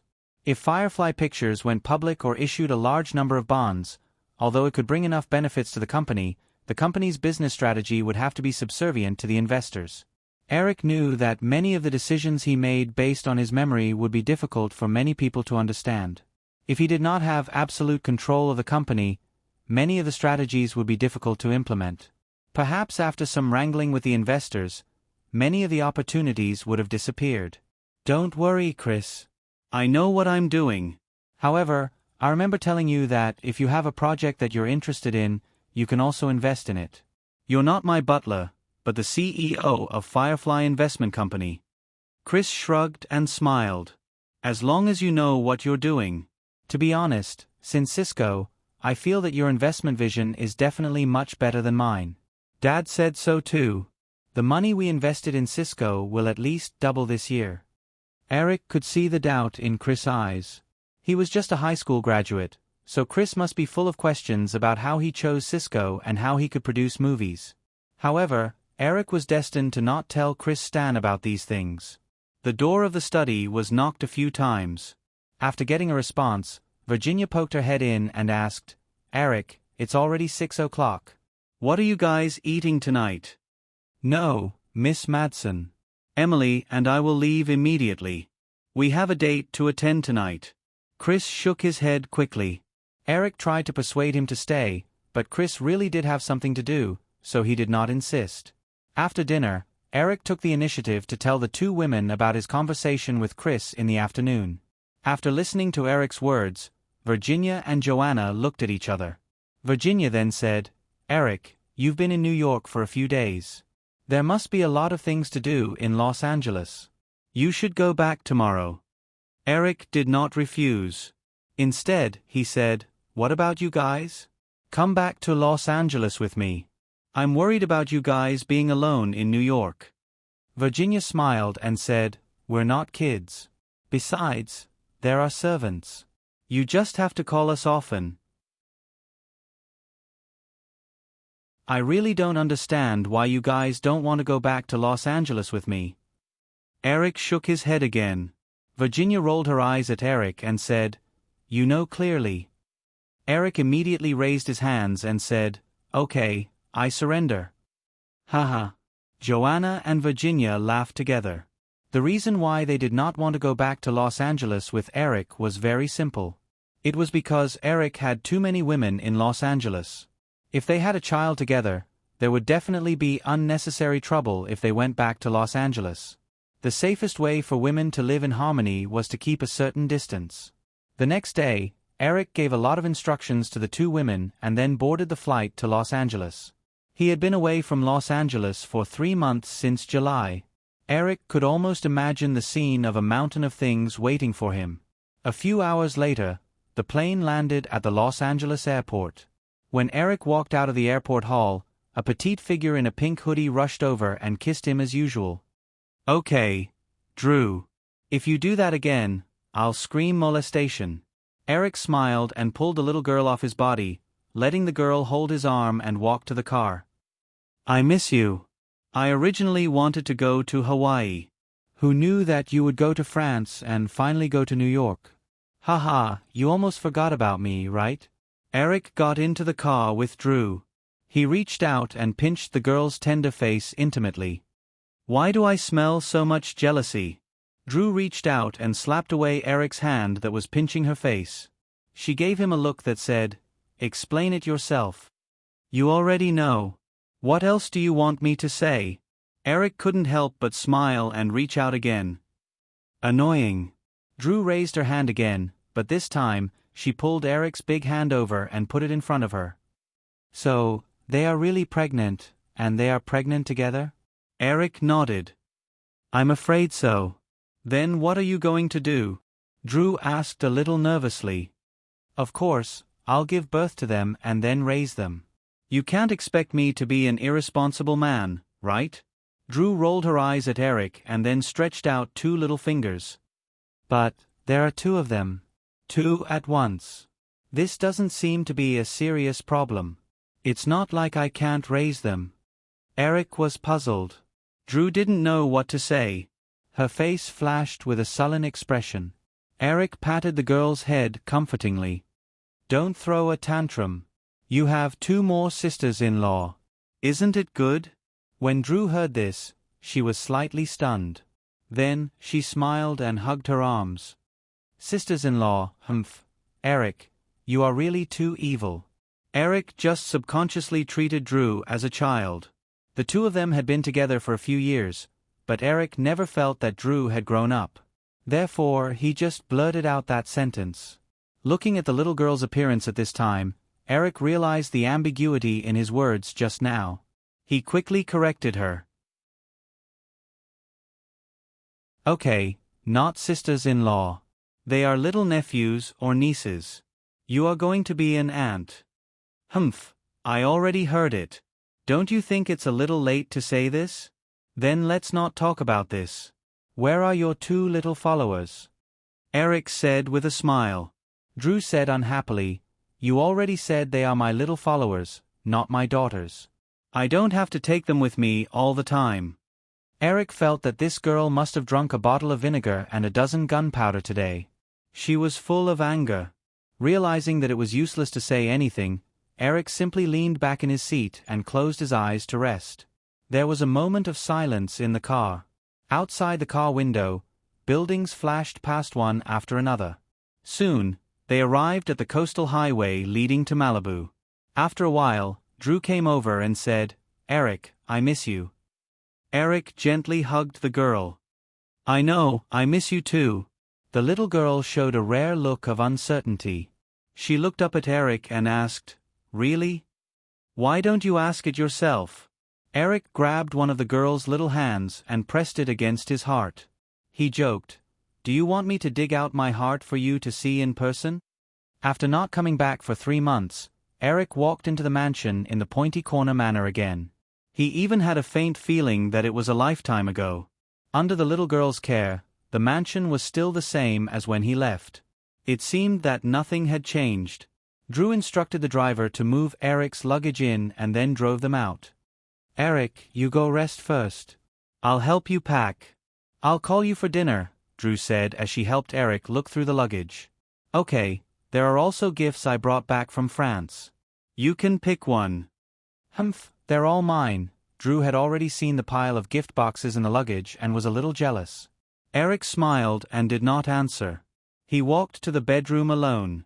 When he woke up, it was already past 8 o'clock in the evening. Eric went downstairs and saw the little figure busy in the kitchen. He walked over. "I couldn't learn it for a long time, so I had to call someone to send a ready-made one over." Drew, who was operating the microwave, saw Eric sniffling and explained a little awkwardly. As soon as Eric came in, he already smelled a burnt smell. He didn't know what the little girl had burned. Hearing this explanation, he walked up. "Let me do it." "What's inside?" "Pizza. We can only eat this tonight." Drew was a little embarrassed. "Pizza is fine. Is there juice?" "There's orange juice. I just squeezed it." Drew pointed to the juicer. The two did a simple job and quickly sat in the living room. Eric ate dinner and silently listened to the little girl report on the recent situation in Los Angeles. The rough cut of Detective Airplane has been completed, but Liz was not satisfied with the publicity plan given by Firefly. She went to quarrel with Michael Lynn last time. The little girl was like a little traitor who was snitching on secrets. Eric smiled and said, "Why do I feel like you're the one who instigated it?" "No," the little girl immediately retorted, but she was obviously not very confident. "Okay, I did say a few words, but Liz was definitely the one who quarreled with Michael Lynn. Michael didn't tell me about this, so it must have been resolved." "What's the result?" Eric asked directly. Drew said, "The publicity scale is the same as Speed, but Detective Airplane will be released in the Christmas slot. It'll be 2,000 yuan on the screen." Eric thought for a while and nodded. The women did not cause any trouble. The publicity scale and the release scale were very reasonable. Based on the box office performance of Stranger in Disguise during the summer, Detective Airplane, as another film starring Jim Carrey, was indeed worthy of such a publicity scale. Moreover, Detective Airplane was a comedy film. It would be more appropriate to release it in the festive Christmas slot instead of the Thanksgiving slot. Also, after Jim Carrey finished filming Detective Airplane, he immediately started quitting again. As for the next film, he and his agent have been delaying it, Drew quickly added. "How much did they offer this time?" Eric asked. Drew stretched out his little finger and gestured. He smiled awkwardly and took it back. 15 million yuan, and he refused to sign a package contract for both films.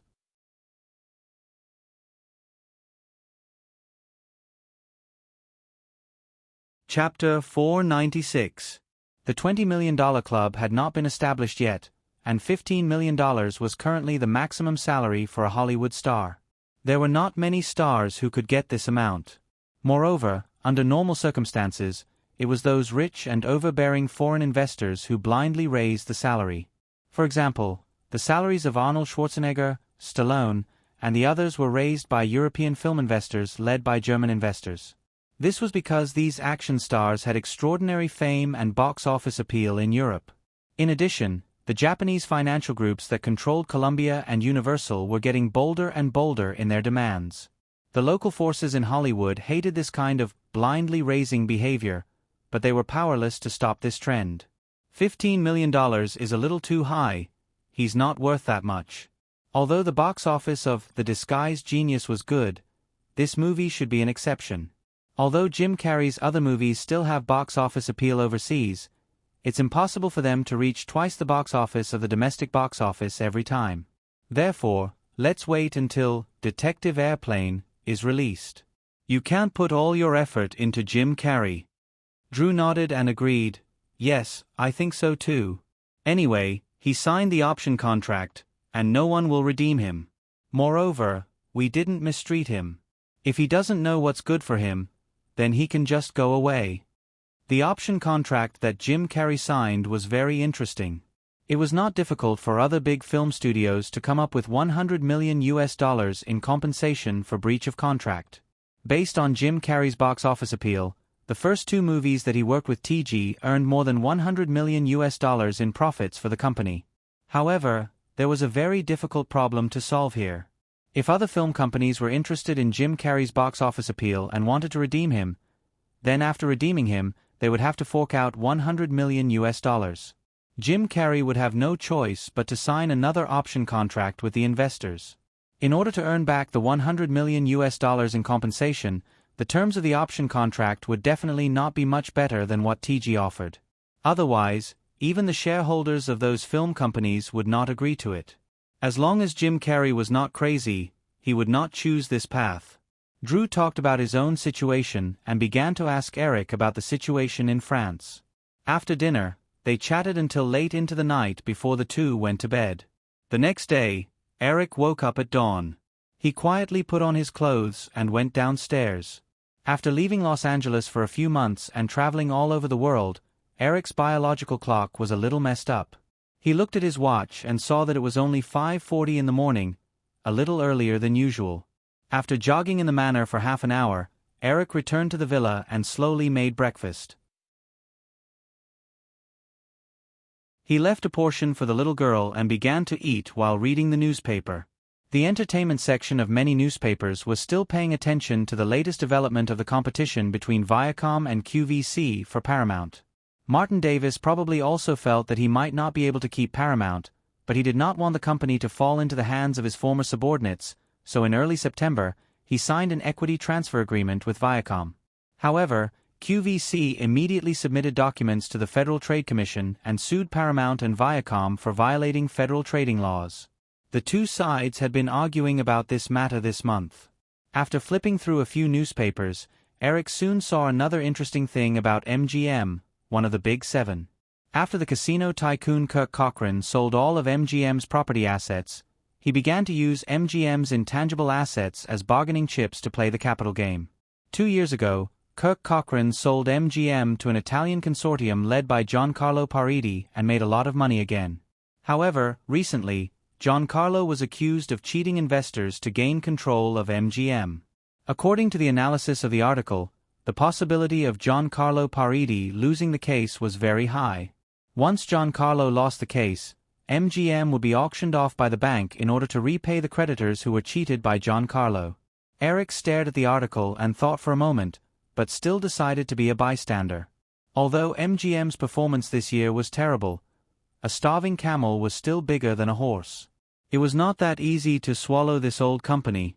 Moreover, although taking over MGM could at least double the size of Firefly Pictures' film library, if he wanted to completely swallow this company, he would definitely use up all the liquid funds in his hands. This was not a cost-effective thing to do. After all, there were more valuable opportunities waiting for him. After breakfast, Eric was not in a hurry to go to the company. He continued to read the newspaper slowly. When he heard the doorbell ring, Eric got up and walked to the living room. Tina Fey was holding a stack of documents in her hands. She was wearing a neat black office lady suit and her iconic black-rimmed glasses. She stood gracefully outside the door in her stilettos. "Morning, Tina." Eric was a little surprised. "Why are you here so early?" Tina Fey seemed to have thought of something when she saw Eric.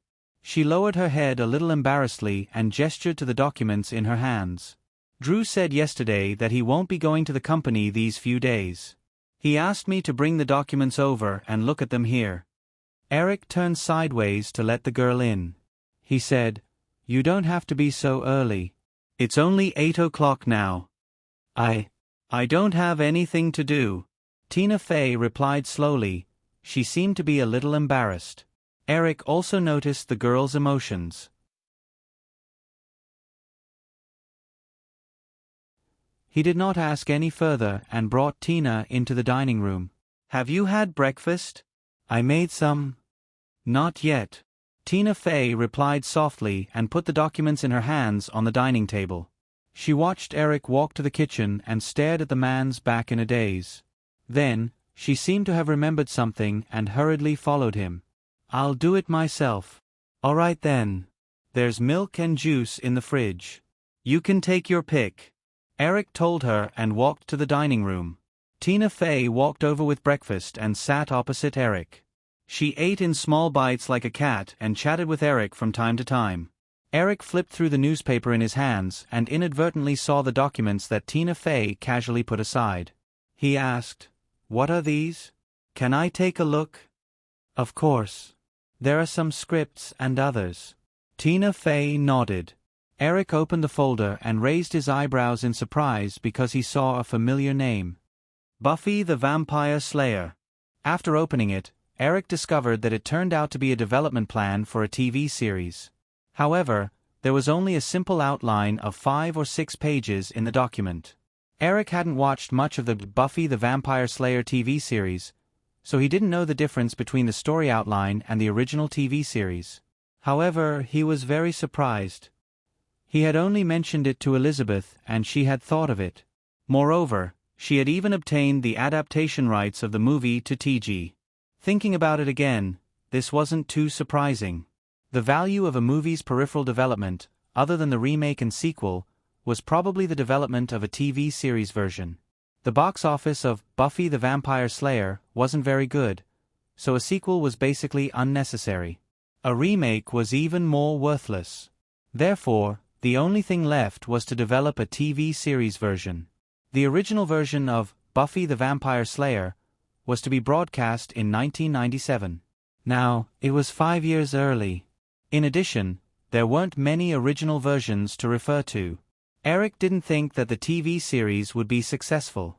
However, there were a lot of classic American TV series in his mind. When Eric saw that the girls wanted to torment Buffy the Vampire Slayer, he didn't feel too much.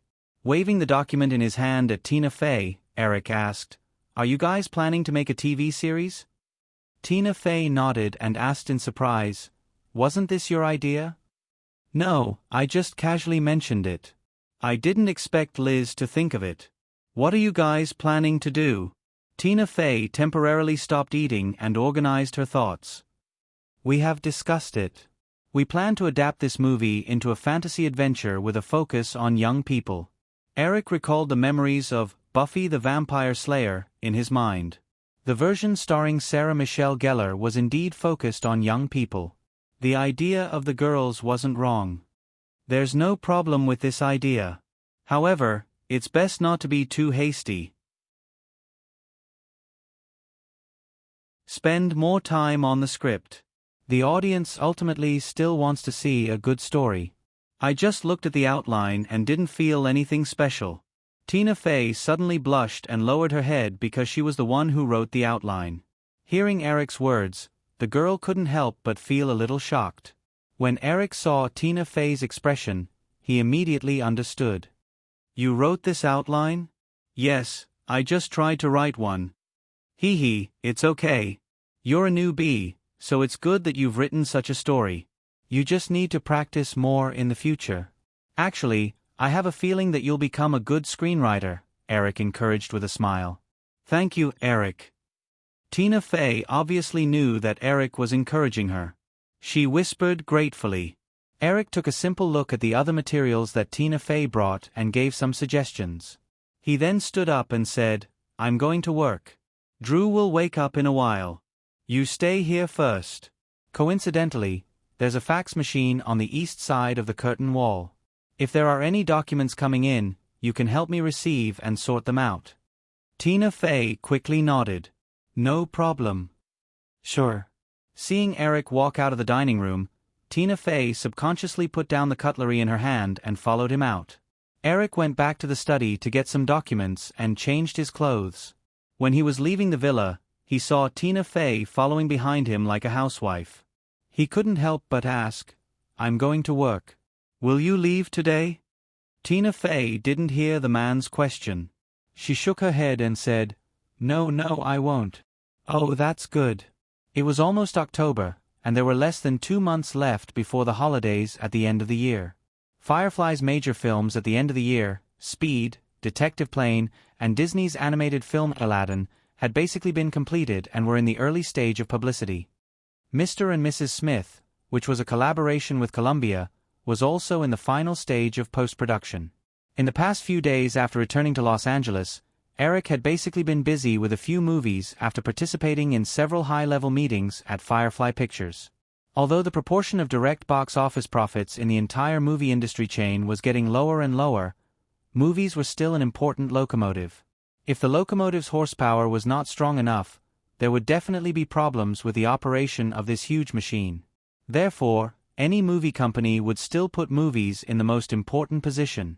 After handing the script of Speed to Jean DeBont, Eric did not intervene too much in this project. The script of Speed was personally written by him and handed over to the director in the original space-time. In addition, this project played a very important role in whether Jean DeBont could transform from a cinematographer to a director.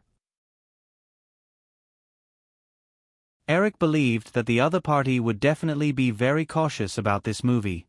After participating in the test of Speed, Eric had even less doubts. Compared with his memory, the charm of this movie had not changed much. The rhythm of the story was also quite tight. The male lead was still Keanu Reeves. Except for the change of the female lead, there were not many changes. After the senior management of Firefly saw the sample of this movie, they unanimously gave a positive evaluation and opened the most gorgeous publicity. In contrast, there were some small problems with Mr. and Mrs. Smith. After all, John Woo was from Hong Kong. Although he had produced many movies, the shooting style was very different from Hollywood. Moreover, John Woo started out by shooting comedies.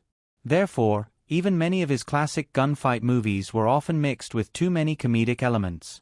While Eric was busy with the post-production of Jurassic Park, he had to personally participate in the editing of Mr. and Mrs. Smith and cut out some unnecessary funny scenes.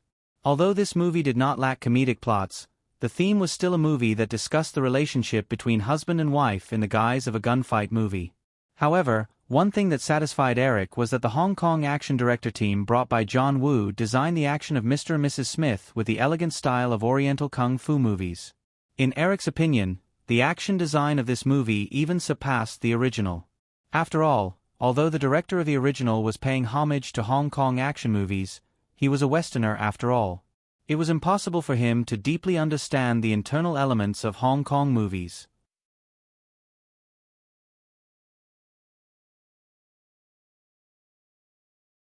Chapter 497. Mr. and Mrs. Smith was a big-budget movie with an investment of $60 million. It even exceeded the total cost of all the movies that John Woo had shot in Hong Kong for the past 20 years. Therefore, John Woo did not feel offended when Eric interfered with the final editing of the movie. Instead, he felt relieved. After all, the total investment of $60 million was close to 500 million Hong Kong dollars. After John Woo took over the movie, he would feel like he was walking on thin ice every time he thought of this number. Fortunately, Eric confirmed his shooting results after watching the sample. John Woo's anxiety for the past few months finally dissipated a little. When it was almost time to get off work, Tina Fey parked her car in the parking lot of Firefly Cineplex. She looked at her watch, picked up her bag filled with documents and hurried to the post-production center of the Cineplex. Just when she arrived at the entrance of the post-production center, she saw Eric and an Asian man walking out while chatting and laughing softly. Eric left Erin in Paris. Although he had his own personal assistant office at the Firefly headquarters, he did not choose a temporary first assistant from there. This was because the girl used the reason that there was not much work left after TG finished Detective Airplane as an excuse to push Tina Fey over temporarily. Eric did not object to it.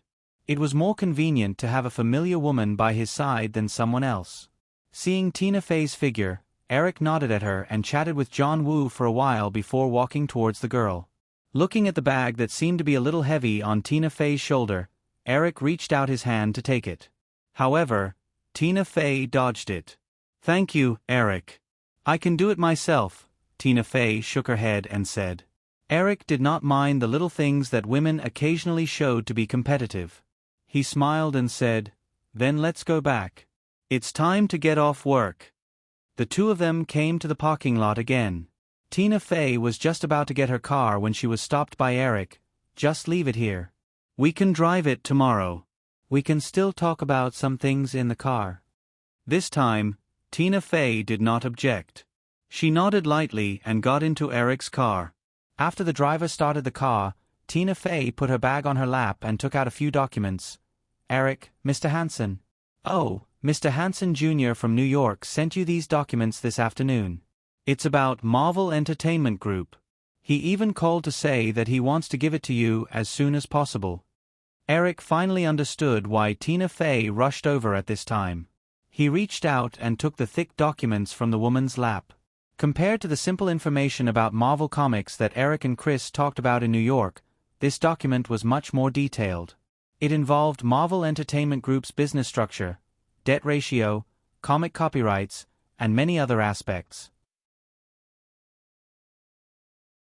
There was even a document that specifically introduced to Marvel Entertainment Group and Ron Perlman's investment company. Eric only skimmed through the professional information that was biased towards economics.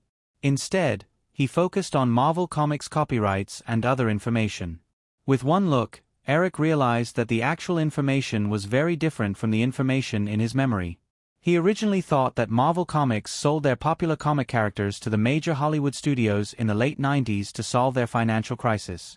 However, in reality, Marvel had been selling the movie copyrights of their comic characters since the 80s.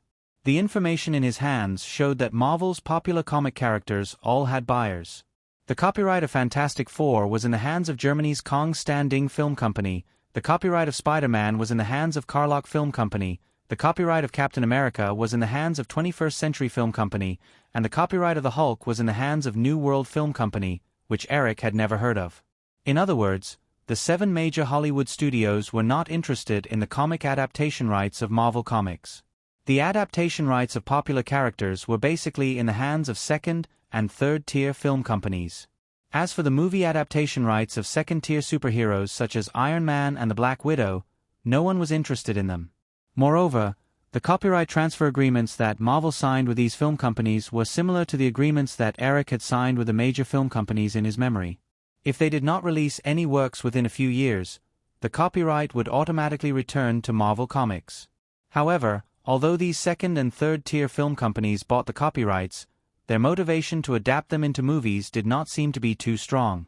After Kong-Standing obtained the copyright of Fantastic Four, it had been shelved. However, one day, the senior management of the film company suddenly realized that the copyright they had bought with money was about to expire. In less than a month, they hurriedly found someone to create an ultra-low-cost B-grade Fantastic Four movie just to extend the copyright in their hands. The other film companies that owned the copyrights only followed the trend and released their own Marvel Comics adaptations in the following 2 years after the success of Warner's Batman. However, none of them caused any ripples.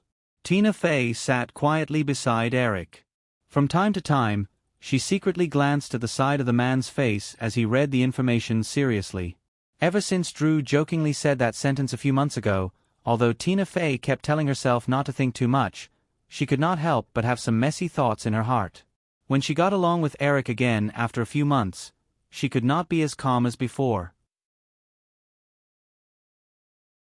When Drew pushed her to Eric's side, although she had told herself to reject him 100 times, she had unknowingly agreed to it. Although she was unwilling to admit it, from the bottom of her heart, she had always hoped to spend more time with Eric. Tina, Eric suddenly turned his head and spoke after he finished reading a document. Coincidentally, his eyes met with Tina Fey's sneaky little eyes. Seeing the girl look away in a panic, Eric could not help but laugh. Hey, since the last time I saw you, I've always felt that you've become weird. What happened?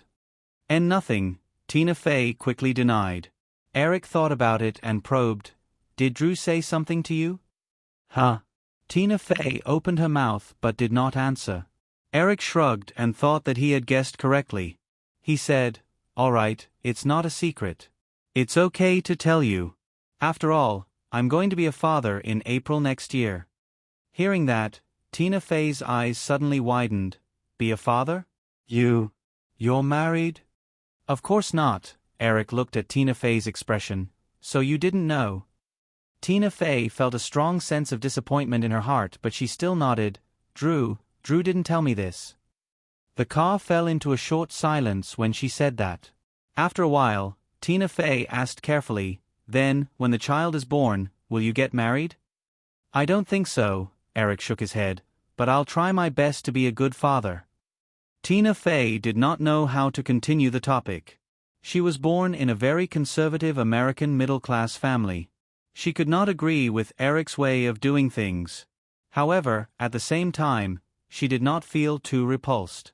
Perhaps subconsciously, people would always be more tolerant of people with wealth and power in terms of social rules. You're done reading? Tina Fey was silent for a while before pointing at the document in Eric's hand. Not yet, I've only read some. I'll continue reading when I get back. Oh, what I wanted to say was, help me collect the videotapes of these movies when you're free tomorrow. I plan to take a look at them, Eric said as he took out the document and passed it to Tina Fey. Tina Fey took out the memo and quickly memorized the names of the movies. This little episode seemed to have passed just like that. However, Eric soon realized that the atmosphere between the two of them had changed from one strange to another. Under Katzenberg's personal command, the renamed Disneyland Paris was once again open to tourists after a month of restructuring. Due to the public influence brought about by the sudden closure of the park in less than 10 days and Disneyland's sincere gesture of apologizing to the tourists and carrying out drastic reforms, the number of tourists reached a peak again in just a week after the reopening of Disneyland, reaching 700,000 visitors. Although the ticket prices and the price of staying in Disneyland-themed hotels had been reduced, the satisfaction of the tourists had risen to 70% after another survey. Among them, the satisfaction of the French tourists had reached 85%. This was because Disneyland Paris had not only made a considerable amount of adjustments to the French culture in its content, it had even adopted French as the working language of the Disneyland staff. Although the average spending of the tourists did not increase after the reopening of the park due to the price reduction and even decreased slightly, the management was quite optimistic about this situation. Just like a movie, if a highly anticipated movie only got a high box office but a very poor reputation, then the sequel production of this movie would definitely be very difficult. On the contrary, if a movie had a good reputation, even if there was not much profit in the box office, the movie company would be very keen to make a sequel. After the reopening, Disneyland Paris, which had received good reviews from the tourists, was like a movie that had won a good reputation. As long as it had a good reputation, the possibility of tourists visiting Disneyland again would greatly increase. If the current momentum can be maintained, maybe the situation of Disneyland Paris will not be as bad as we originally expected, Eric said as he looked at the results of another survey given to him by Katzenberg, who had returned to Los Angeles. I think so too. After not seeing him for a month, Katzenberg did not change much other than becoming thinner. Fortunately, we made up for it in time. Although the closure for a whole month brought about some unnecessary expenses, the loss was completely worth it based on the current situation. At least, Disneyland Paris should be able to make ends meet this year. Although the previous estimate of this project was too optimistic, one thing is right. The potential tourist base in Europe is definitely more than that in Japan and the United States. I think the biggest problem is that we did not adapt to the local culture like Tokyo Disneyland. As long as we can do this, it should not be a big problem to achieve profitability. Okay, don't talk about responsibility anymore. After all, we all know that the responsibility of this matter is not on you and me, Eric said with a smile. Disneyland Paris was personally managed by Michael Eisner. Although Katzenberg was also an executive at Disneyland at that time, with Michael Eisner's character, it was absolutely impossible for him to intervene in this project. Now that such a big mistake had occurred, it was no surprise that Michael Eisner would be the one to take the blame, and he would definitely not be wronged. Katzenberg did not dwell on this topic. Instead, he said, I will pay attention to the situation there at all times in the future and make timely adjustments. One more thing, Giancarlo's case against MGM was lost. When I was in Paris, I happened to hear that the main source of funds for Giancarlo's fraud was the French consortium. The MGM shares in Giancarlo's hands will be auctioned off by the French bank in mid-December to repay the investors' debts. I think this should be a good opportunity for Firefly to expand their film library. Eric shook his head and said, but it will cost a lot of money. Jeffrey, I have also considered this matter. Although the number of films in Firefly Pictures will more than double after getting the MGM film library, we do not have the strength to convert these films into actual economic benefits. We do not have enough video distribution resources, nor do we have our own television station. These are the two most important channels to convert early films into actual profits. Katzenberg knew that Eric was telling the truth. He obviously felt that it was a pity because if this opportunity was grasped well, it would be enough to completely swallow the MGM film library.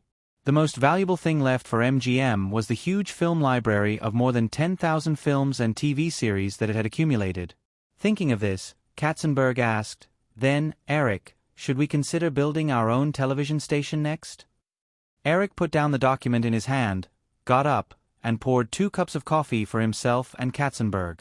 He brought it over and sat down again before saying, "At least wait until next year.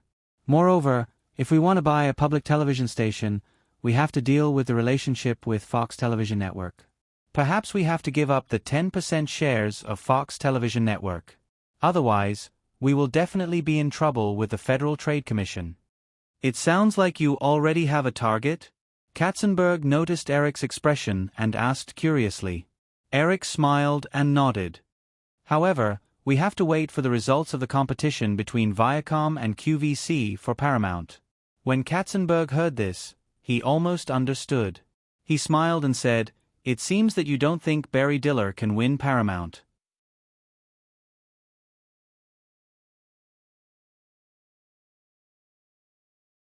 Chapter 498. Eric did not deny it and said, "Both Telcom and Comcast have their own plans. Under such circumstances, it would be strange if Barry could successfully acquire Paramount."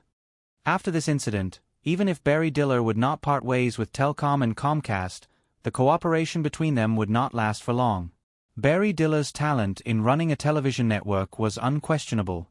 If he could win him over, Eric believed that there would never be a repeat of the embarrassing situation after Disney acquired ABC in the original spacetime.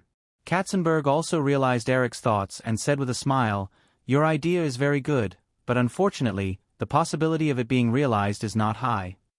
"If we don't try, there won't be any possibility at all," Eric replied.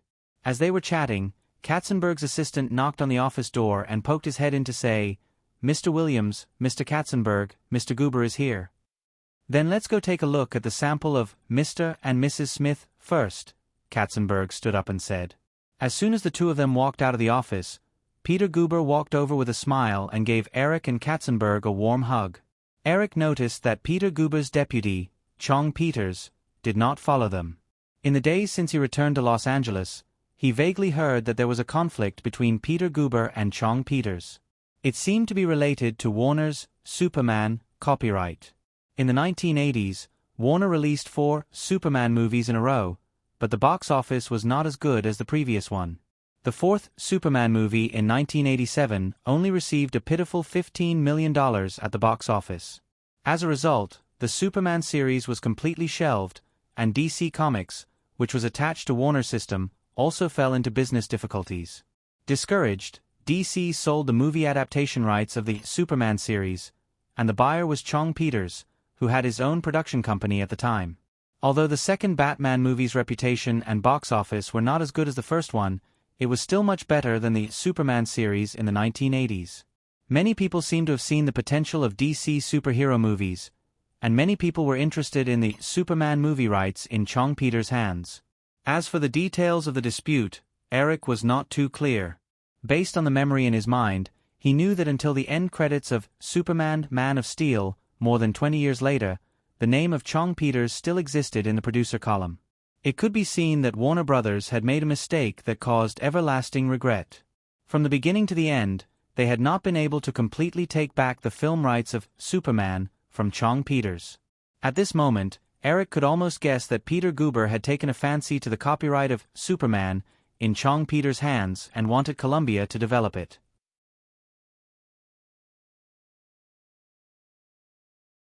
However, the two probably didn't reach an agreement on the distribution of benefits, so there was a conflict. After the three of them exchanged greetings, they walked to the screening room together. At this time, many senior executives of Disney and Columbia had gathered in the screening room. Of course, the director of this movie, John Woo, was also there. The two protagonists, Nicole and Pierce Brosnan, did not come to this screening because they had already started the promotional work of the film. When Peter Guber learned that Eric had affirmed John Woo's shooting results, he changed his dissatisfaction with Eric's insistence on using John Woo. At this time, he greeted John Woo with a smile. Eric did not make much changes to the plot of Mr. and Mrs. Smith. The film still began with the marriage counseling of Mr. and Mrs. Smith, who had been married for 5 or 6 years. However, it was because Eric did not make much changes to the plot of the movie that it was very amazing in the eyes of the audience in the screening room.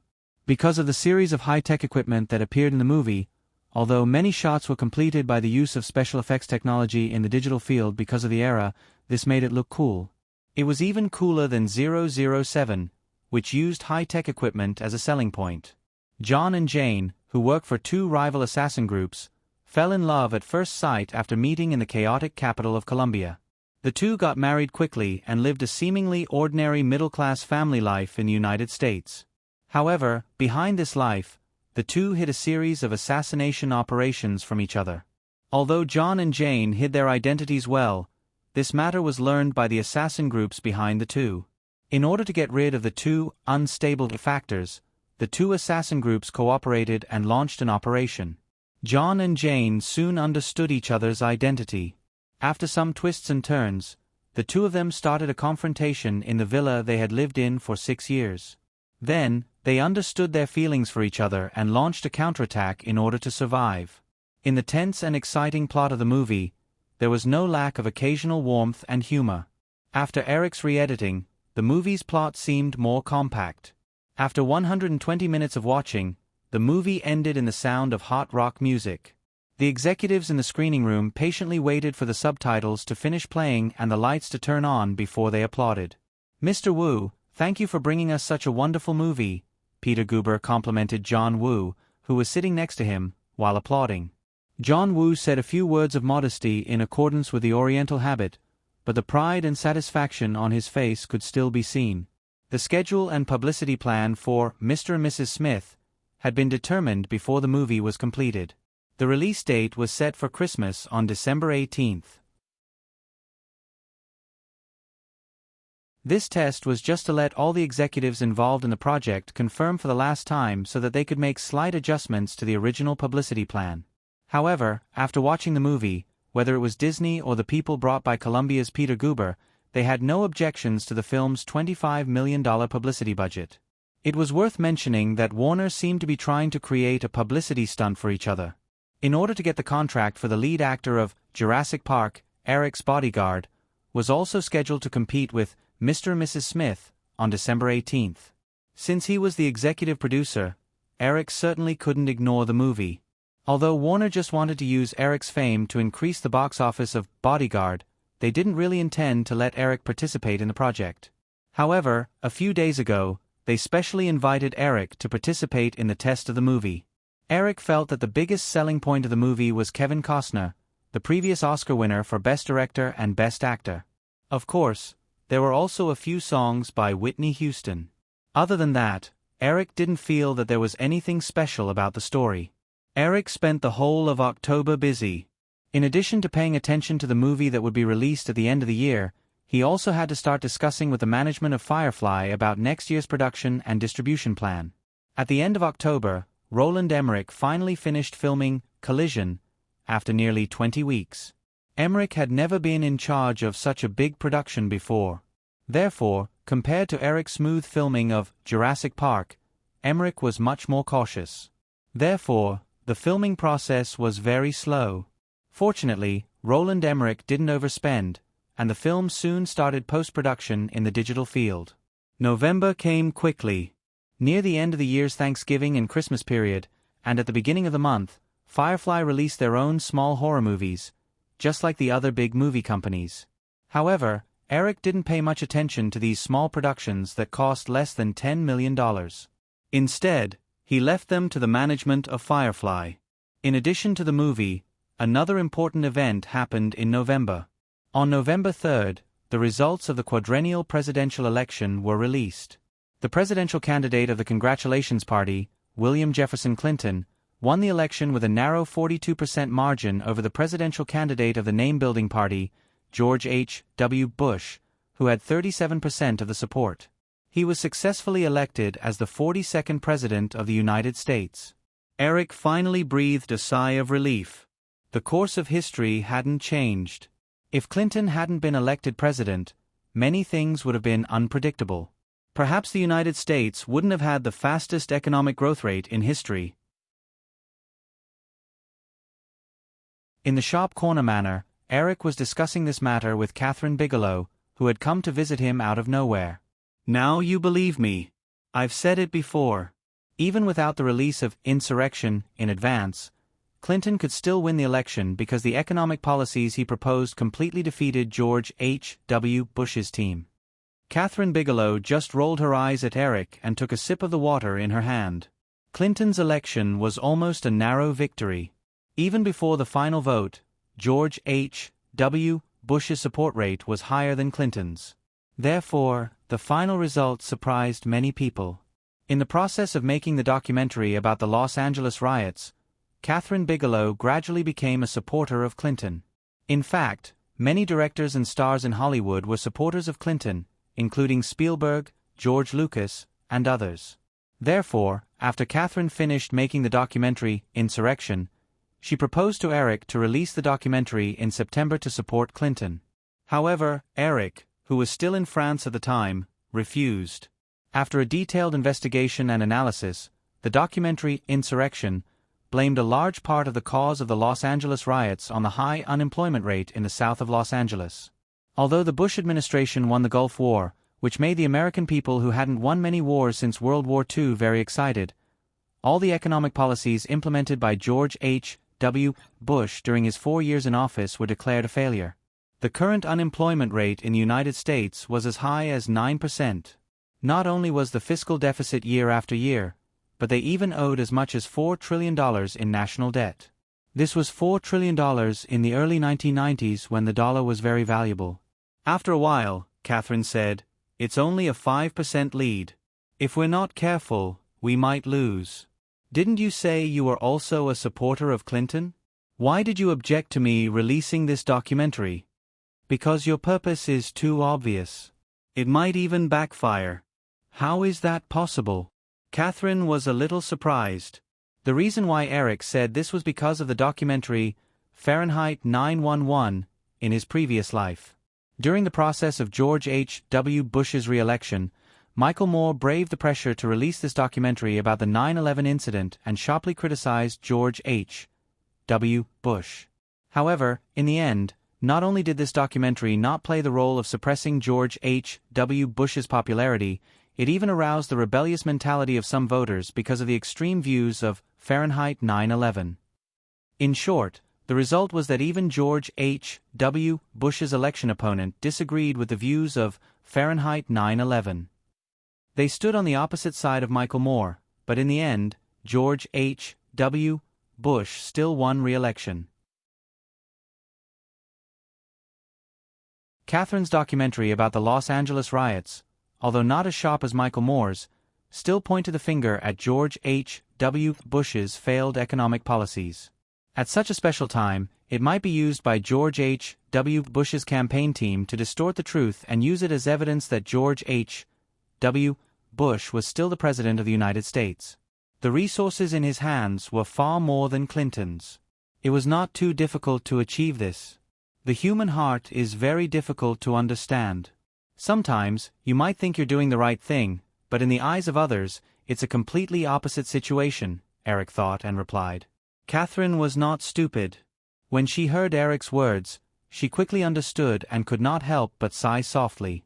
Eric looked at the woman's rare expression and could not help but comfort her. Don't worry, Firefly has already planned to release this documentary in mid-December. I promise you that this film will at least be nominated for an Academy Award for Best Documentary. Catherine knew that Eric meant well and nodded. She also knew very well that the theme of Riot was too special. Although it was profound, it was not something that many people wanted to see. Moreover, this documentary was too close to the incident, less than a year ago. Although some people wanted to reflect on it, most people subconsciously did not want to talk about it. People often took the initiative to reflect on something many years after it happened. Under such circumstances, being nominated for an Academy Award for Best Documentary was already the limit. It was not very likely that they would win an award. Next, you can focus on producing Saving Private Ryan, Eric said. Then he smiled with a somewhat mischievous expression. There's one more thing I want to tell you. Jim's True Lies was added to Firefly's project plan last month. I plan to release it in the summer of the year after next. What do you think? It had been a year since the incident. Catherine's hatred for Cameron's betrayal had dissipated a lot. When she heard this, she just rolled her eyes at Eric and said, "You like to do this kind of thing."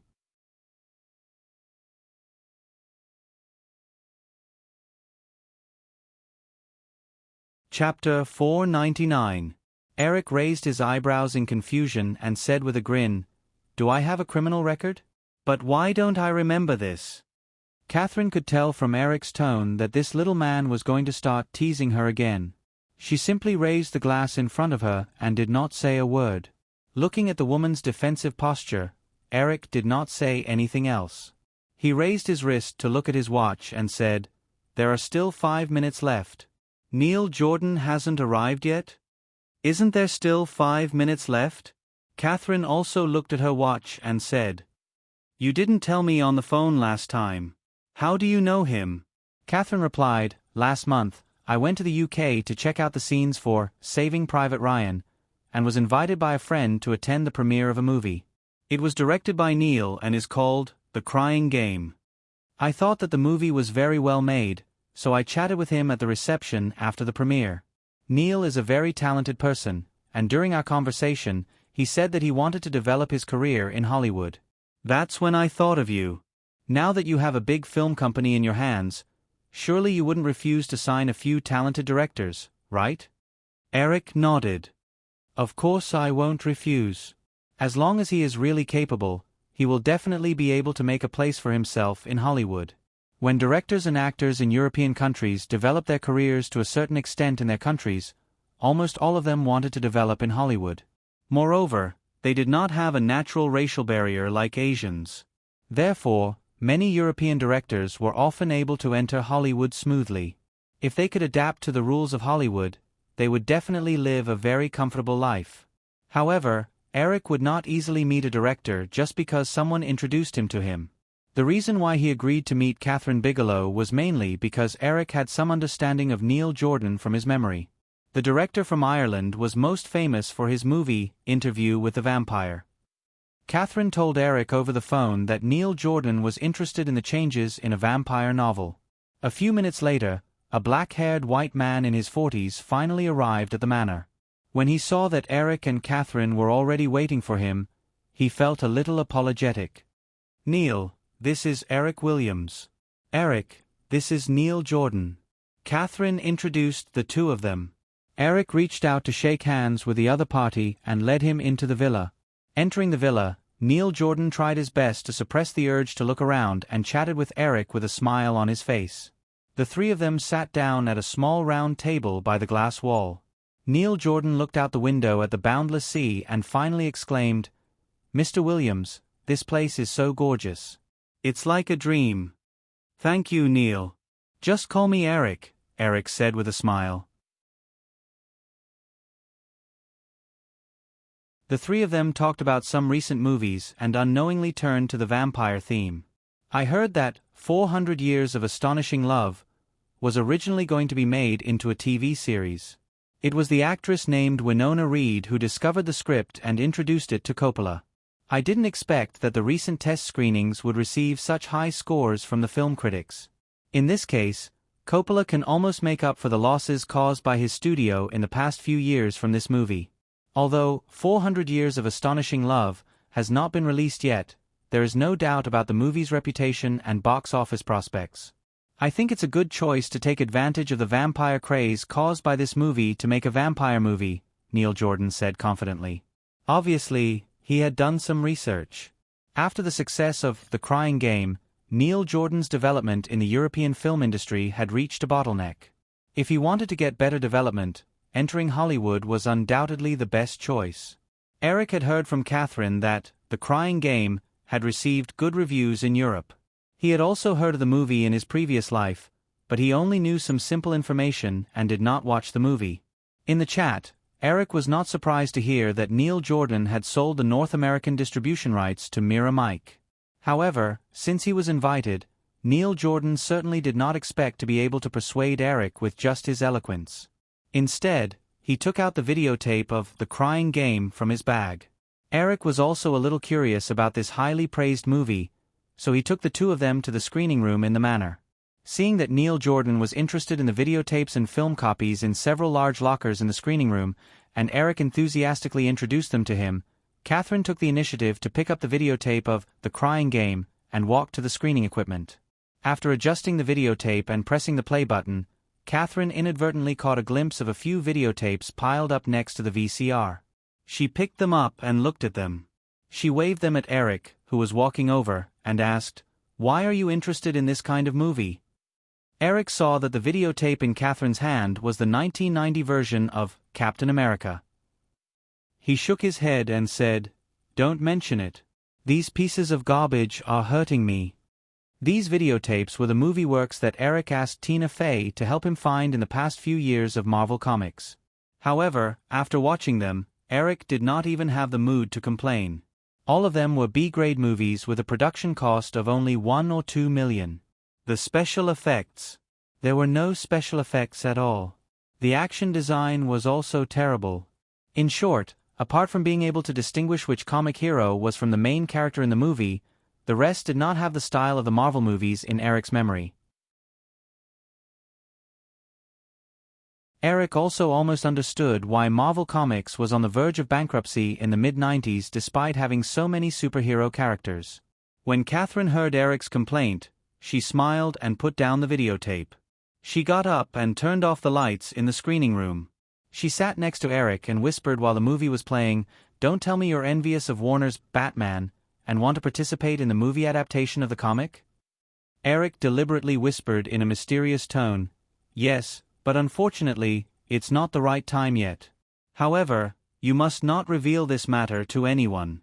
Otherwise, someone else will definitely beat you to it."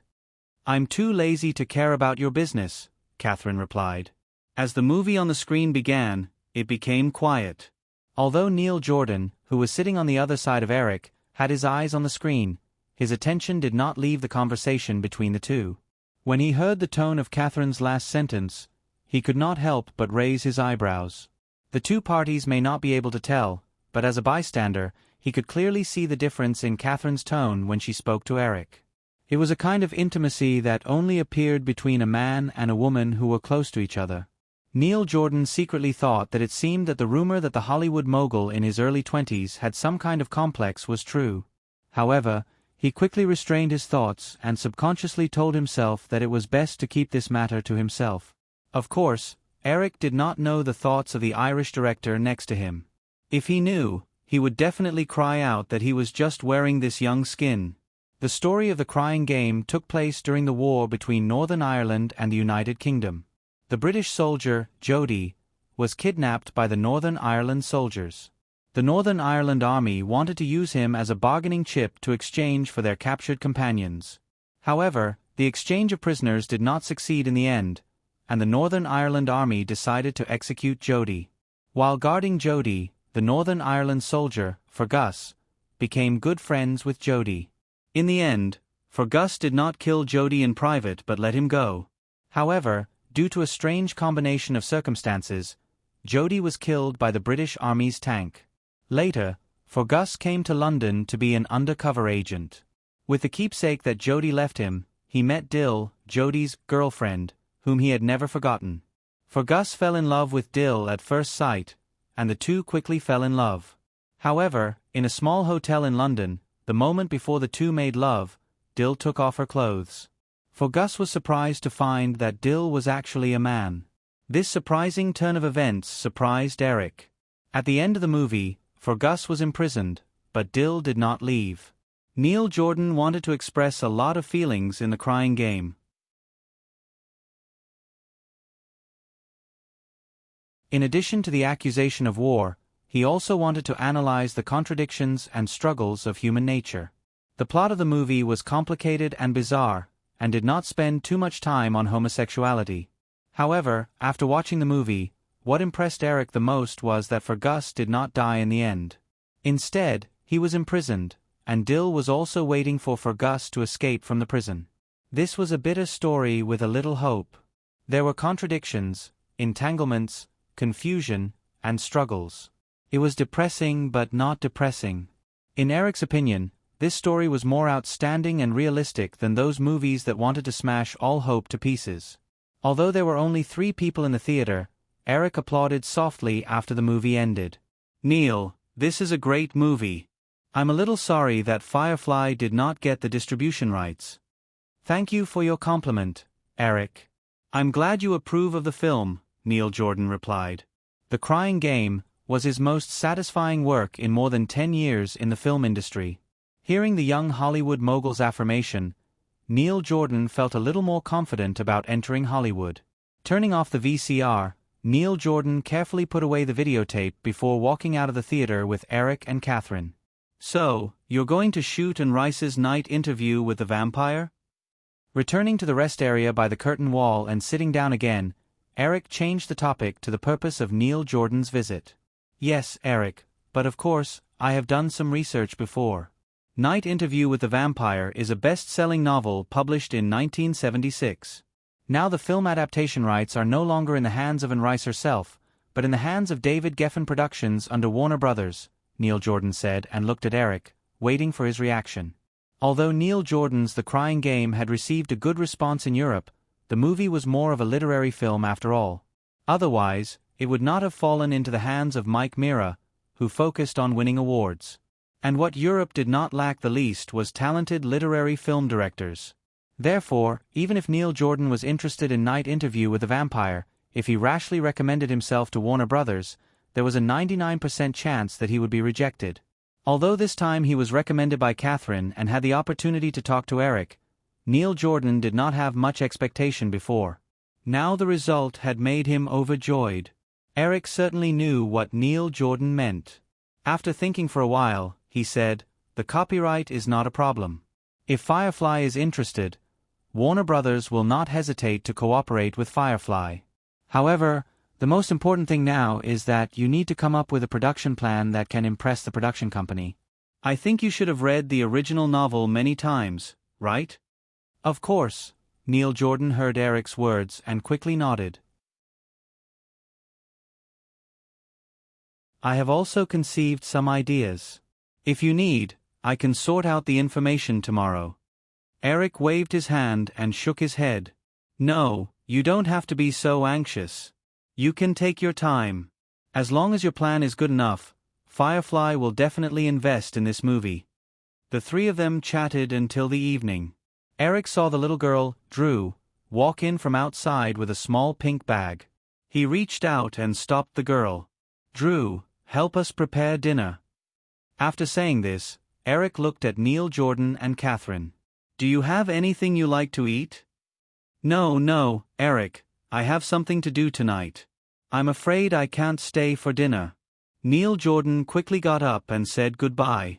Although the 2 of them had a good chat, Neil Jordan did not feel that he should take the risk of staying for dinner with Eric.